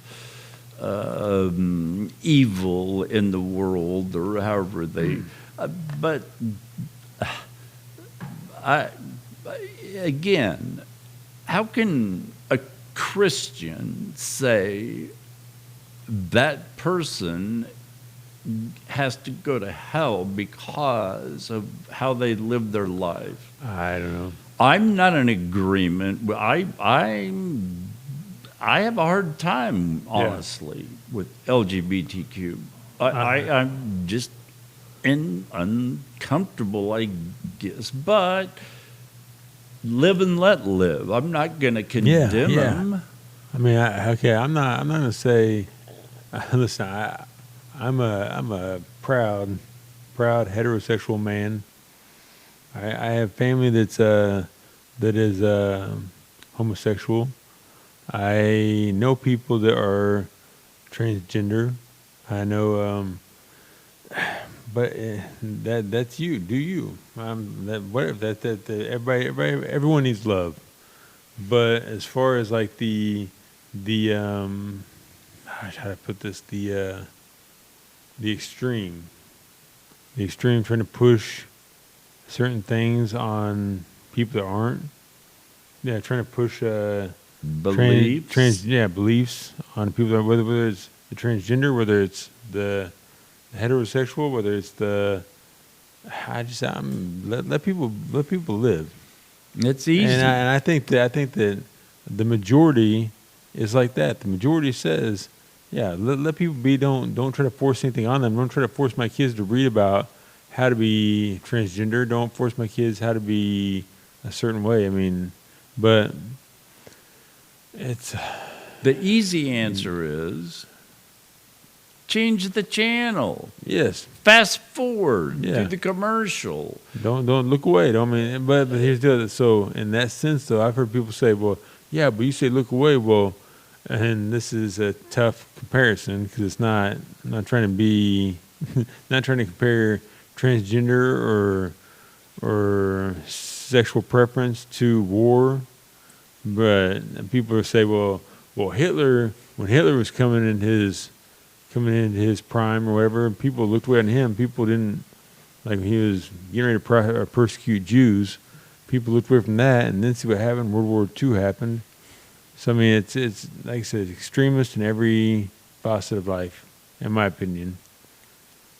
I forget the actual phraseology, but it's something along the lines of, is that the technical I term? looked the other way when they came to take away homosexuals. Yeah. I looked the other way when they came to do this. And I looked the other way when they came to take away the Jews. And, oh, my God, now they're coming to take away from my beliefs. I've heard that, yeah. I've heard that. Yeah, I mean, that's obviously quite a bit paraphrasing, but nevertheless, it's live and let live. Yeah. I'm not in agreement with it, but who am I to say you're wrong? And what does that accomplish anyway? It's now all of a sudden you're going to dislike a person or a country sometimes because a country believes this or that, supposedly.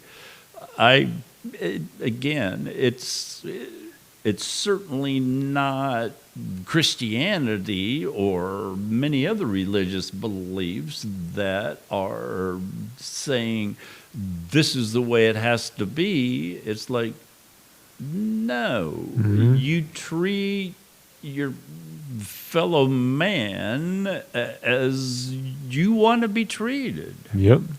Exactly. Like I said, in all things, you can narrow it down to the golden rule. Treat others as you want to be treated. Pretty simple on the surface. If you don't want people to mess in your business, then don't mess in their business. I mean, but here's the deal: you always got those people out there, that person out there, whatever that is going to get their head so far up your ass to, I mean, just to be an asshole. No pun intended. But it's is what it is. I think it's come to the surface, and that's why I mean the LGBTQ concept or whatever. I didn't even hardly hear that term until a year or two ago, and didn't really care. But now that it's become in the forefront of the news or what have you, now they're trying to legislate how people should live their lives. And that's not what freedom is about. Yeah, so now look at this. Look at the screen. It's no longer LGBTQ, it's LGBTQIA. Yes, I saw that the other day. I did not know what the IA was. Well, I'm gonna tell you, Okay. right? So lesbian, gay, bisexual, transgender, queer or questioning, intersex, and asexual, or allies, aromantic, or agender. Intersex. Yeah, That's the I. yeah. I don't understand what that means. Let me, my friend, let me Intersex. let me help you. I I will figure out the. I will figure out the definition. and I don't mean to laugh about it. Well, It's I saw that too. It ended with IA, but I could only remember LGBTQ. So intersex is relating or denoting a person or animal that has both male and female sex organs or other sexual characteristics. The condition of noun is the condition of having both male and female sex organs or other sexual characteristics. All right, so I'm just curious about this. I'm gonna see. Well, you said or animal. Yeah. Well, but Do animals that's part of have definition, the I think, what it means. choice? Well, I think the LGBTQIA means obviously humans, but I mean, it could be, I don't know, whoever takes person. Well, I thought you said animals in there somewhere. In the definition it said that, but it's I mean, an animal could be intersex as well. So Oh, intersex. Yeah, That was intersex. Okay, which percentage of humans. Okay, so the percentage of Or- humans. Okay, so listen, the percentage of humans living. The most thorough existing research finds intersex people to constitute an estimated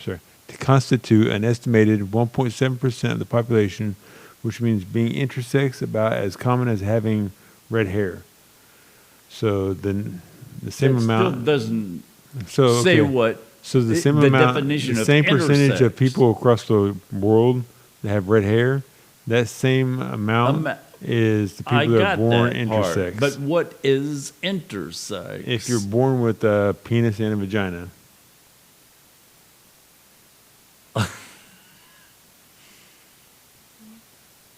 Well, it's fine. If I had my choice, I'll take the red hair. Sorry, I couldn't resist that. I don't. Okay, what about? And I can't even think of the terminology right now. People that have sex with animals. Is there a group? bestiality? Yes. Bestiality? Yeah, you would know. I would know. Because you're so well educated on these things. Absolutely. That's what I meant. I got you.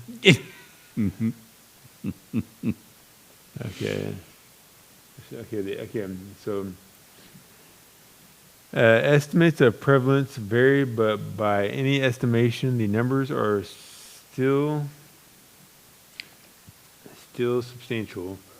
Writings in 1940s, famed sexual researcher Alfred Kinsey estimated that 8% of men and 3.6% of women have engaged in some sort of sexual act with an animal.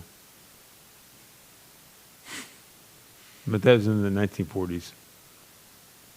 So it could go up or down. So then, does that make them what? A bestiologist?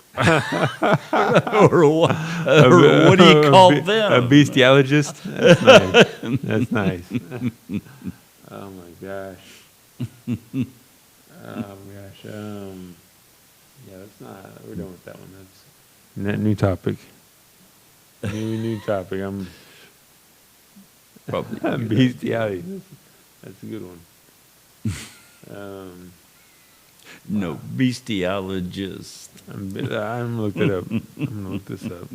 Bestiologist. I bet. I mean, I've loved my pets over the years, but it doesn't. Oh my gosh! No! Look! Oh no! Beastologist. Okay. I think that's something completely different. Okay, Nathaniel Flood.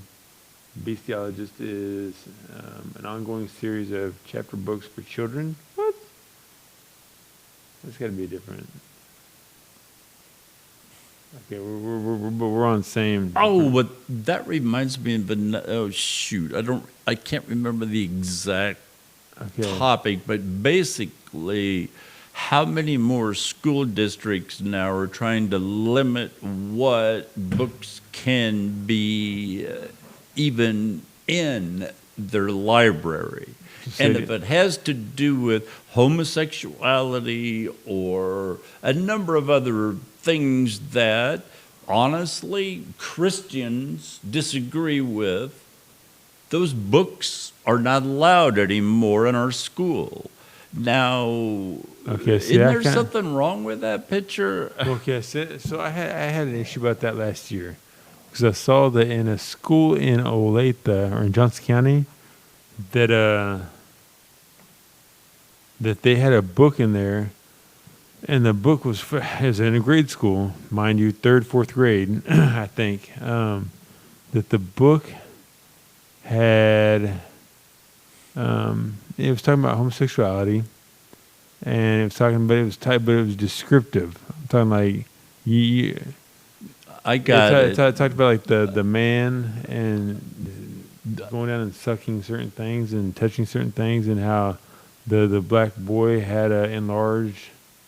Yeah, I mean, like really descriptive. So, I mean, granted, a college, but and even okay, so even heterosexual descriptions like that for a 3rd grader, for a 2nd, 3rd, 4th grader, come on. And it was allowed. It was allowed in the school. So there's a big to do about it. I don't know. I guess I don't have enough knowledge to really comment one way or the other on that. Other than I know that over the years, Huck Finn and Tom Sawyer has been banned from certain schools because it was a white kid and hanging out with a black kid. And so we can't allow people to know that blacks and whites can get along. We got to get this book out of here. Yeah, that was back. I mean, I don't think so much now. I don't think ever now that it could be now in some places, but I don't think so. It says that the Philadelphia Inquirer reports that the 6 most banned books in American schools are Beyond Magenta, Transgender Teens Speak Out About, or Transgender Teens Speak Out. What else? Let's go. Yeah. All Boys Aren't Blue. Yeah, that's the book I'm talking about that was in Olathe school. Okay. Johnson County school. Look up the top 15 books that have been banned. Okay, so real quick. The first one is Genderqueer. The second one is The All Boys Aren't Blue.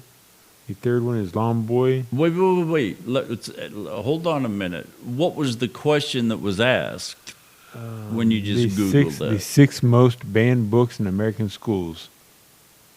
Okay.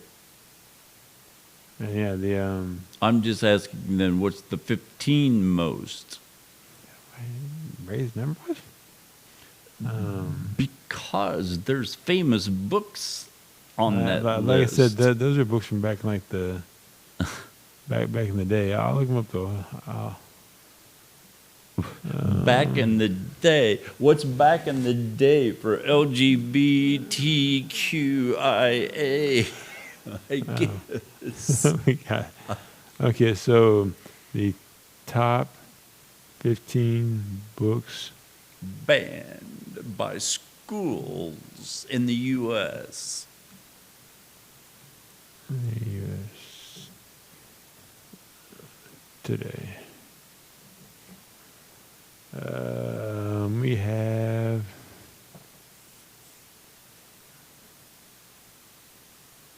this is by Pen America 100 book bans. And that's not helping us out.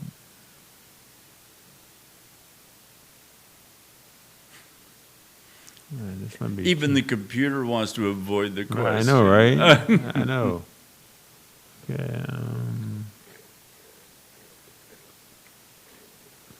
School book bans. We're not getting that. This might be too much of a hassle. Type of books banned: poetry, adult, middle grade.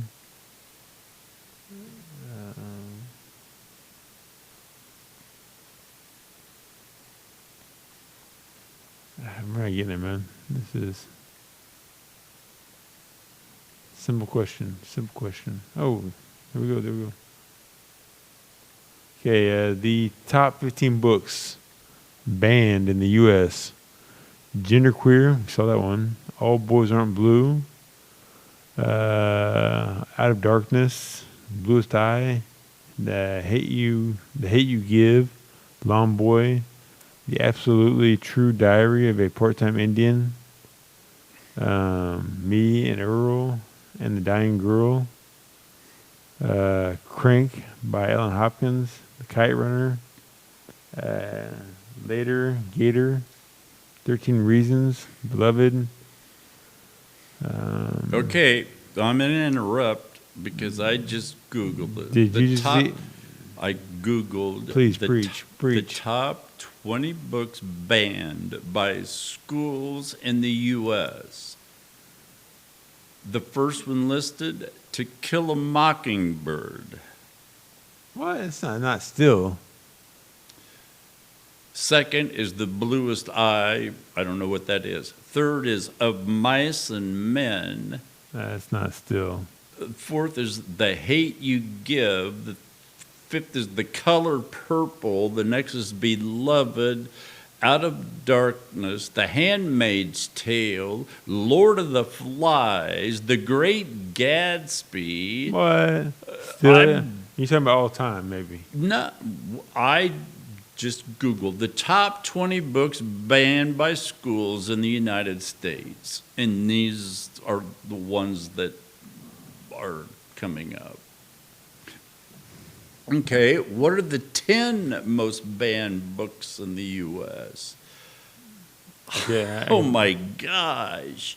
Okay, first on the list, 1984 by George Orwell. The Adventures of Huckleberry Finn by Mark Twain. No, that's not. The Catcher in the Rye by J.D. I believe that's Salinger. The Color Purple. The Great Gatsby. That must be all I Know time. Why the Caged Bird Sings by Maya Angelou. Lord of the Flies. No. Okay, that must be all time. Okay, what are the 10 most banned books in the United States? That was my question. Okay, put today. Put today. And then when you put today, you'll see what I'm talking about. You'll see Out of Darkness. All Boys Aren't Blue. Okay, yeah. Okay, now check this out. The most banned book list of 2022. Genderqueer. Started as a way to explain the Eyre family and what it means to be non-binary and asexual. Genderqueer is more than a personal story. All Boys Aren't Blue is in a series of personal essays. Prominent journalist and LGBTQIA activist George M. Johnson's All Boys Aren't Blue explores their childhood and adolescence and college years in New Jersey and Virginia. Out of Darkness. Switch this. Out of Darkness, it is a dangerous forbidden romance rocks a Texan oil town in 1937 when segregation was a matter of life and death. The Bluest Eye, from the acclaimed Nobel Prize winner, a powerful examination of our obsession with beauty and conformity that asks questions about race, class, and gender with characteristics subtly, I can't say the word, subtly, and grace, I can't say the word. The Hate You Give by Angie Thomas. 16-year-old Star Carter moves between two worlds, the poor neighborhood where she lives and the fancy suburban prep school she attends. The uneasy balance between these worlds is shattered when Star witnesses the fatal shooting of her childhood best friend, Khalil, in the hands of a police officer. Khalil was unarmed. Number 5, this is Ty. Long Boy, for Mike Munoz. Life has been a whole lot of waiting for something to happen. Not too many years out of high school and still doing menial work, and just fired from his latest gig as a lawn boy on a landscaping crew. He's smart enough to know that he's got to be the one to shake things up if he's ever going to change life. I'm not sure what that's about. The Absolutely True Diary of a Part-Time Indian. Best-selling author Sherman Alexie tells the story of a budding cartoonist growing up on the Spokane Indian Reservation. Determined to take his future into his own hands, Junior leaves his troubled school on the res to attend an all-white farm town high school where the only other Indian is the school mascot. Number 8, Me and Earl. That sounds fair. Me and Earl are the dying girl. Me and Earl and the Dying Girl. Number 8, this is the funniest book you'll ever read about death. Fiercely funny, honest, heartbreaking. This is an unforgettable novel. From a bright talent. Now also a film that critics are calling a touchstone for the generations and an instant classic. This band, though. Okay, here's what came up when I Googled. Over 1,600 books were banned during the past school year. This is as of September 23rd of 2022. And it starts listing the books. Blah, blah, blah. The bans took place 138 school districts in 32 states. In total, those school districts enroll 4 million students. The report found 96% of the bans did not follow the best practice guidelines for book challenges outlined by the American Library Association, blah, blah. 41% of the ban titles address LGBTQ themes, making them the biggest target of the bans. Books involving sexual content. Oh, gee, you don't want your kids to learn about the positive and negatives of sex, right? Such as stories about teen pregnancy, sexual assault, and abortion are 22% of the titles. About 21% directly address race and racism, while 40% feature major characters of color. It's all against minorities, and I got to be careful here. I don't want to get too up on my soapbox. I would venture to guess that a high percentage of those supporting or initiating these bans are devout Christians. That's me. I'm not reading No, this. no, That's it's all just right, my it's all right. opinion. I'm listening. The large majority of book bans underway are not spontaneous, organic expressions. Rather, they reflect the work of a growing number of advocacy organizations that have made demanding censorship of certain books and ideas as a part of their mission. They've identified 50 different groups, some with hundreds of regional chapters, pushing for book bans across the country. The majority of those groups, 73%, have formed since 2021. I wonder where there's a correlation there in politics. These groups don't necessarily represent a range of beliefs from our democracy. They're having an outsized impact, blah, blah. They played a hand in many of the book bans in the last school year. 20% of bans are directly linked to their work, while they appear to have influenced an additional 30%. This is a concerted, organized, well-resourced push at censorship. The effort is ideologically motivated and politically expedient, and it needs to be understood as such in order to be confronted and addressed properly. Last week, the ALA released its own report, which says the book's banned since 22. I've never seen anything like this before. It's the number of challenges, the types of books, except anyway. So that's the gist of what came up when I said or asked the question about That's a lot. that. It's scary. Yeah, very. It's, I mean, people talk of, what was the first thing that the Nazis did, for God's sake? Well, not to be facetious about it. I mean,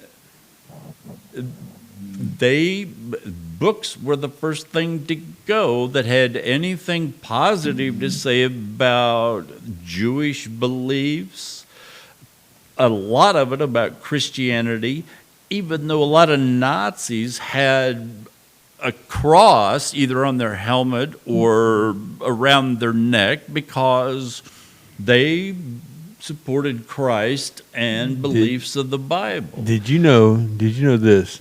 It's just frustrating to me. Yeah. I mean, my degree's in journalism. Maybe I'm a little biased. And if you try and take something away from somebody, isn't that going to make them want that much more to find out why or what was that about? Yeah. It seems just kids in particular. Oh, Catcher in the Rye? Why are we not supposed to read that? Okay, and so somebody gets a hold of a copy and they pass it around among all their friends because they want to know what it's about. Banning almost works against itself. And I know, okay, I'm on my soapbox. I got a little carried away. Soapbox. Okay. Well, so, okay, think about this. All right, you said Christianity. You said you'd be willing to bet that most of those people that are trying to ban or whatever Control what people can read. They're the Christians. Christianity. I would say yes. Okay. So why would you say that? Because of the subject material in the books that are banned. Mm-hmm. It goes against Christian beliefs, and therefore we should not allow children to even be exposed to this type of information. Well, okay, so me, how to put this? Me, I'm a Catholic Christian, father of four. Um, I I think there's a time and a place for it, but my kids being in grade school and middle school, I don't agree with that. I don't agree with that. I mean, Okay, I don't agree with my third grader and my fifth grader reading about. Catcher in the Rye. No, see that okay, you're thinking about books from like long like back in the This 50s. is in 22, the banned books. I think what you're talking about. I think that I'm looking up two online in 2022, and I mean I don't see Catcher in the Rye. I don't see Catcher in the Rye. I see a lot of books here about. Okay, who's the source for the Pen.org. information you were looking at? Pen America 100, the 10 most banned books of 2021, 2022, or 2022, 2022. Speaking too fast. The 10 most banned. Books of 2022. And they're legit. I mean, I wouldn't see. They're not like Catcher in the Rye or like The Great Gatsby. I mean, I'd ban that just because it's so boring. It'd turn you off from literature in general. The Great Gatsby. I didn't think it was boring. Okay, what about this? What about God, what's it called? Or what's it called? With the movie had. Oh gosh, what is it called? Boo Radley. Oh, well, yeah. Jesus. To Kill a Mockingbird. Thank you. To Kill Yeah, a Mo- that was on what that the is one of list. my all-time favorite movies or books and movies. And would you have a hard time with your children reading that? Would not at all. So what? But So, doesn't Catcher it in bother the you Rye? that others are not allowing your children to read that if they were to choose to? No, I know. Well, okay, so. But it's like what I just read through was something 40% of the banned books were due to racial issues, which that certainly falls in that category with Boo Radley and I was going to say Gregory Peck because I saw the movie in the last year. He was the good guy star. He's such a good actor. It's suppression of information is what is the bottom line to me. Let people be exposed to whatever. Chances are they'll be not interested in pursuing. They won't even read the first chapter or two and say, I don't care. It doesn't interest me or have anything to do with me. But the thing about banning books is where does it stop? And who decides where it stops? That's what bothers me the most. All right, we're going to watch the trailer for the movie for Catcher in the Rye. Because I'm actually kind of interested. Did you ever see the movie? They're playing blues right from the start. It's got to go music. down in flames. Black music. Oh my gosh. That's not racist. That's not me racist. saying. I don't really like that. But Actually, I've probably the most books I've read probably were written by Charles Schulz. I can probably confirm that. Hard to argue with Peanuts. Right? Snoopy and the gang. Oh my gosh. I can even draw an almost perfect Snoopy, actually. I love those so much. All right. There's a lot of, you start getting into ban or controlling what people have access to in general, Yeah. which I suppose you could put in. So you're saying it's okay to control people aren't allowed to have certain types of firearms. You know, I mean, that argument can go down that road too, Totally. for good, bad, or otherwise. Yeah, I mean, But that's, it's the same. Banning literature is a scary, and controlling what people are exposed to is what's scary. now, so what do you think that, I mean, you said that you would imagine that the majority of the people that are trying to ban these things are Christians or what? Because it goes against Christian beliefs, including minorities.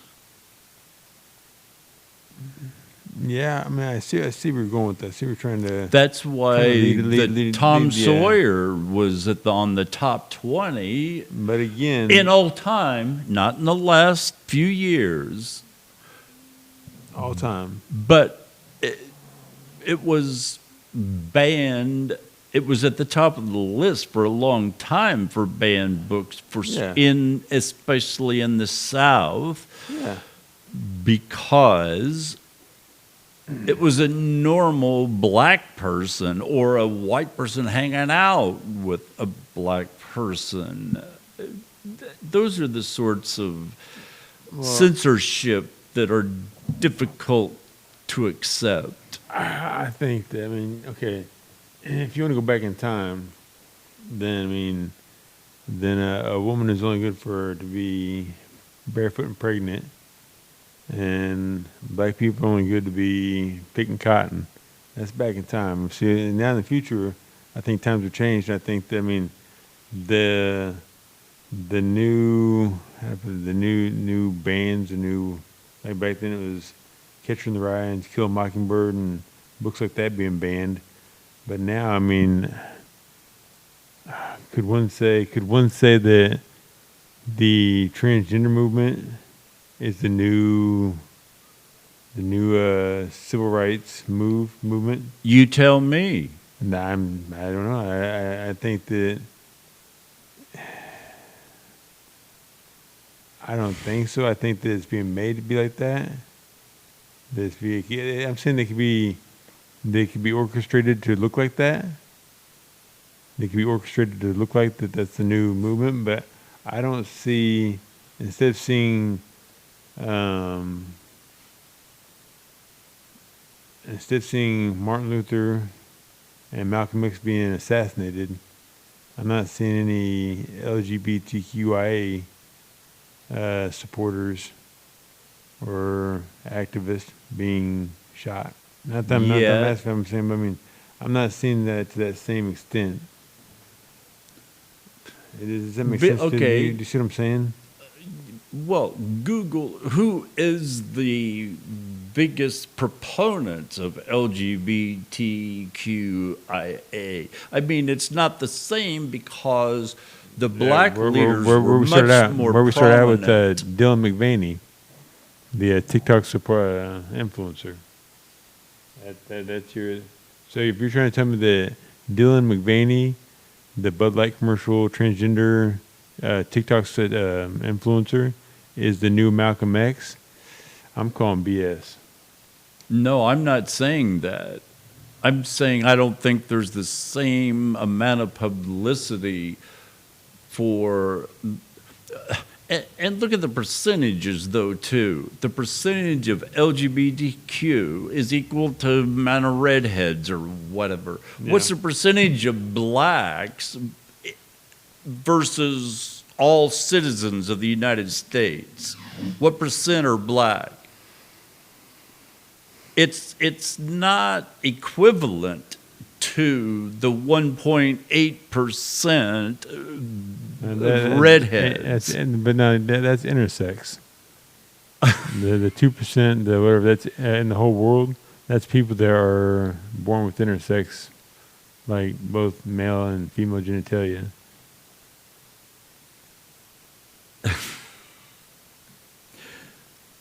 What does a doctor do that delivers a baby that has two types of so genitalia? it says right here that as of 2021, there are an estimated 47.2 million people who self-identified as black, making up 14.2% of the country's population. This marks 30%. And LGBTQIA was like 1.4%. No, that's intersex. People that are in the world with intersex parts. I'll find out. Oh, I thought that included all the Nah. LGBT. Oh. Okay, so what's the percentage Okay. of LGBTQ Hold on, I'm looking up right now. All right. Hold on. All right. 7.2%. 7.2%. Yeah, as of, not sure what the date is on this, but yeah, Gallup finds that 7.2% of U.S. adults identifying as lesbian, gay, bisexual, transgender, or something other Okay. than that's adults. Now that makes sense. I mean, because you're adding in the gay lesbian, because that has to be a pretty good chunk of the LGBTQ. So if you're talking about, are you talking about just transgender? Well, I thought that was 1.8%. Yeah, so as of 2023, Gallup poll reported that 7.2% of U.S. adults identify as LGBT, 86% identified. Wait. I'm sorry. What was your first percent? As of February 23rd, 2023, Gallup poll reported that 7.2% of U.S. adults identify as LGBT, 86% identified as straight or heterosexual, while 7% chose not to answer. 13.4% of LGBT respondents were lesbian. But see, I'm just saying, what percent is lesbian and gay? I think that's a higher percentage, or would be a much higher percentage of the LGBTQ.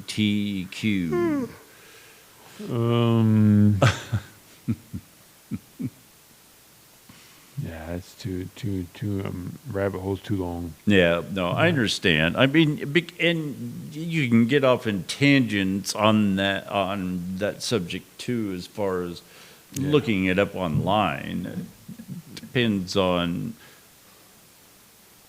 Are you looking at the Washington Post numbers? Are you looking at Christianity Today numbers? Oh my gosh, you and your battle against Christianity.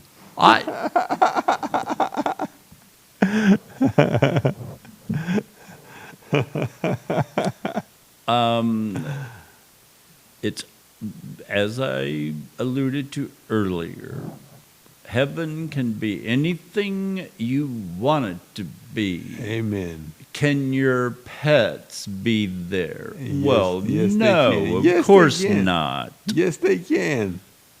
Are you saying? Where are you getting that? If you're saying my dog, you're not gonna see him in heaven. If you're saying Diesel's not gonna be there, Nope.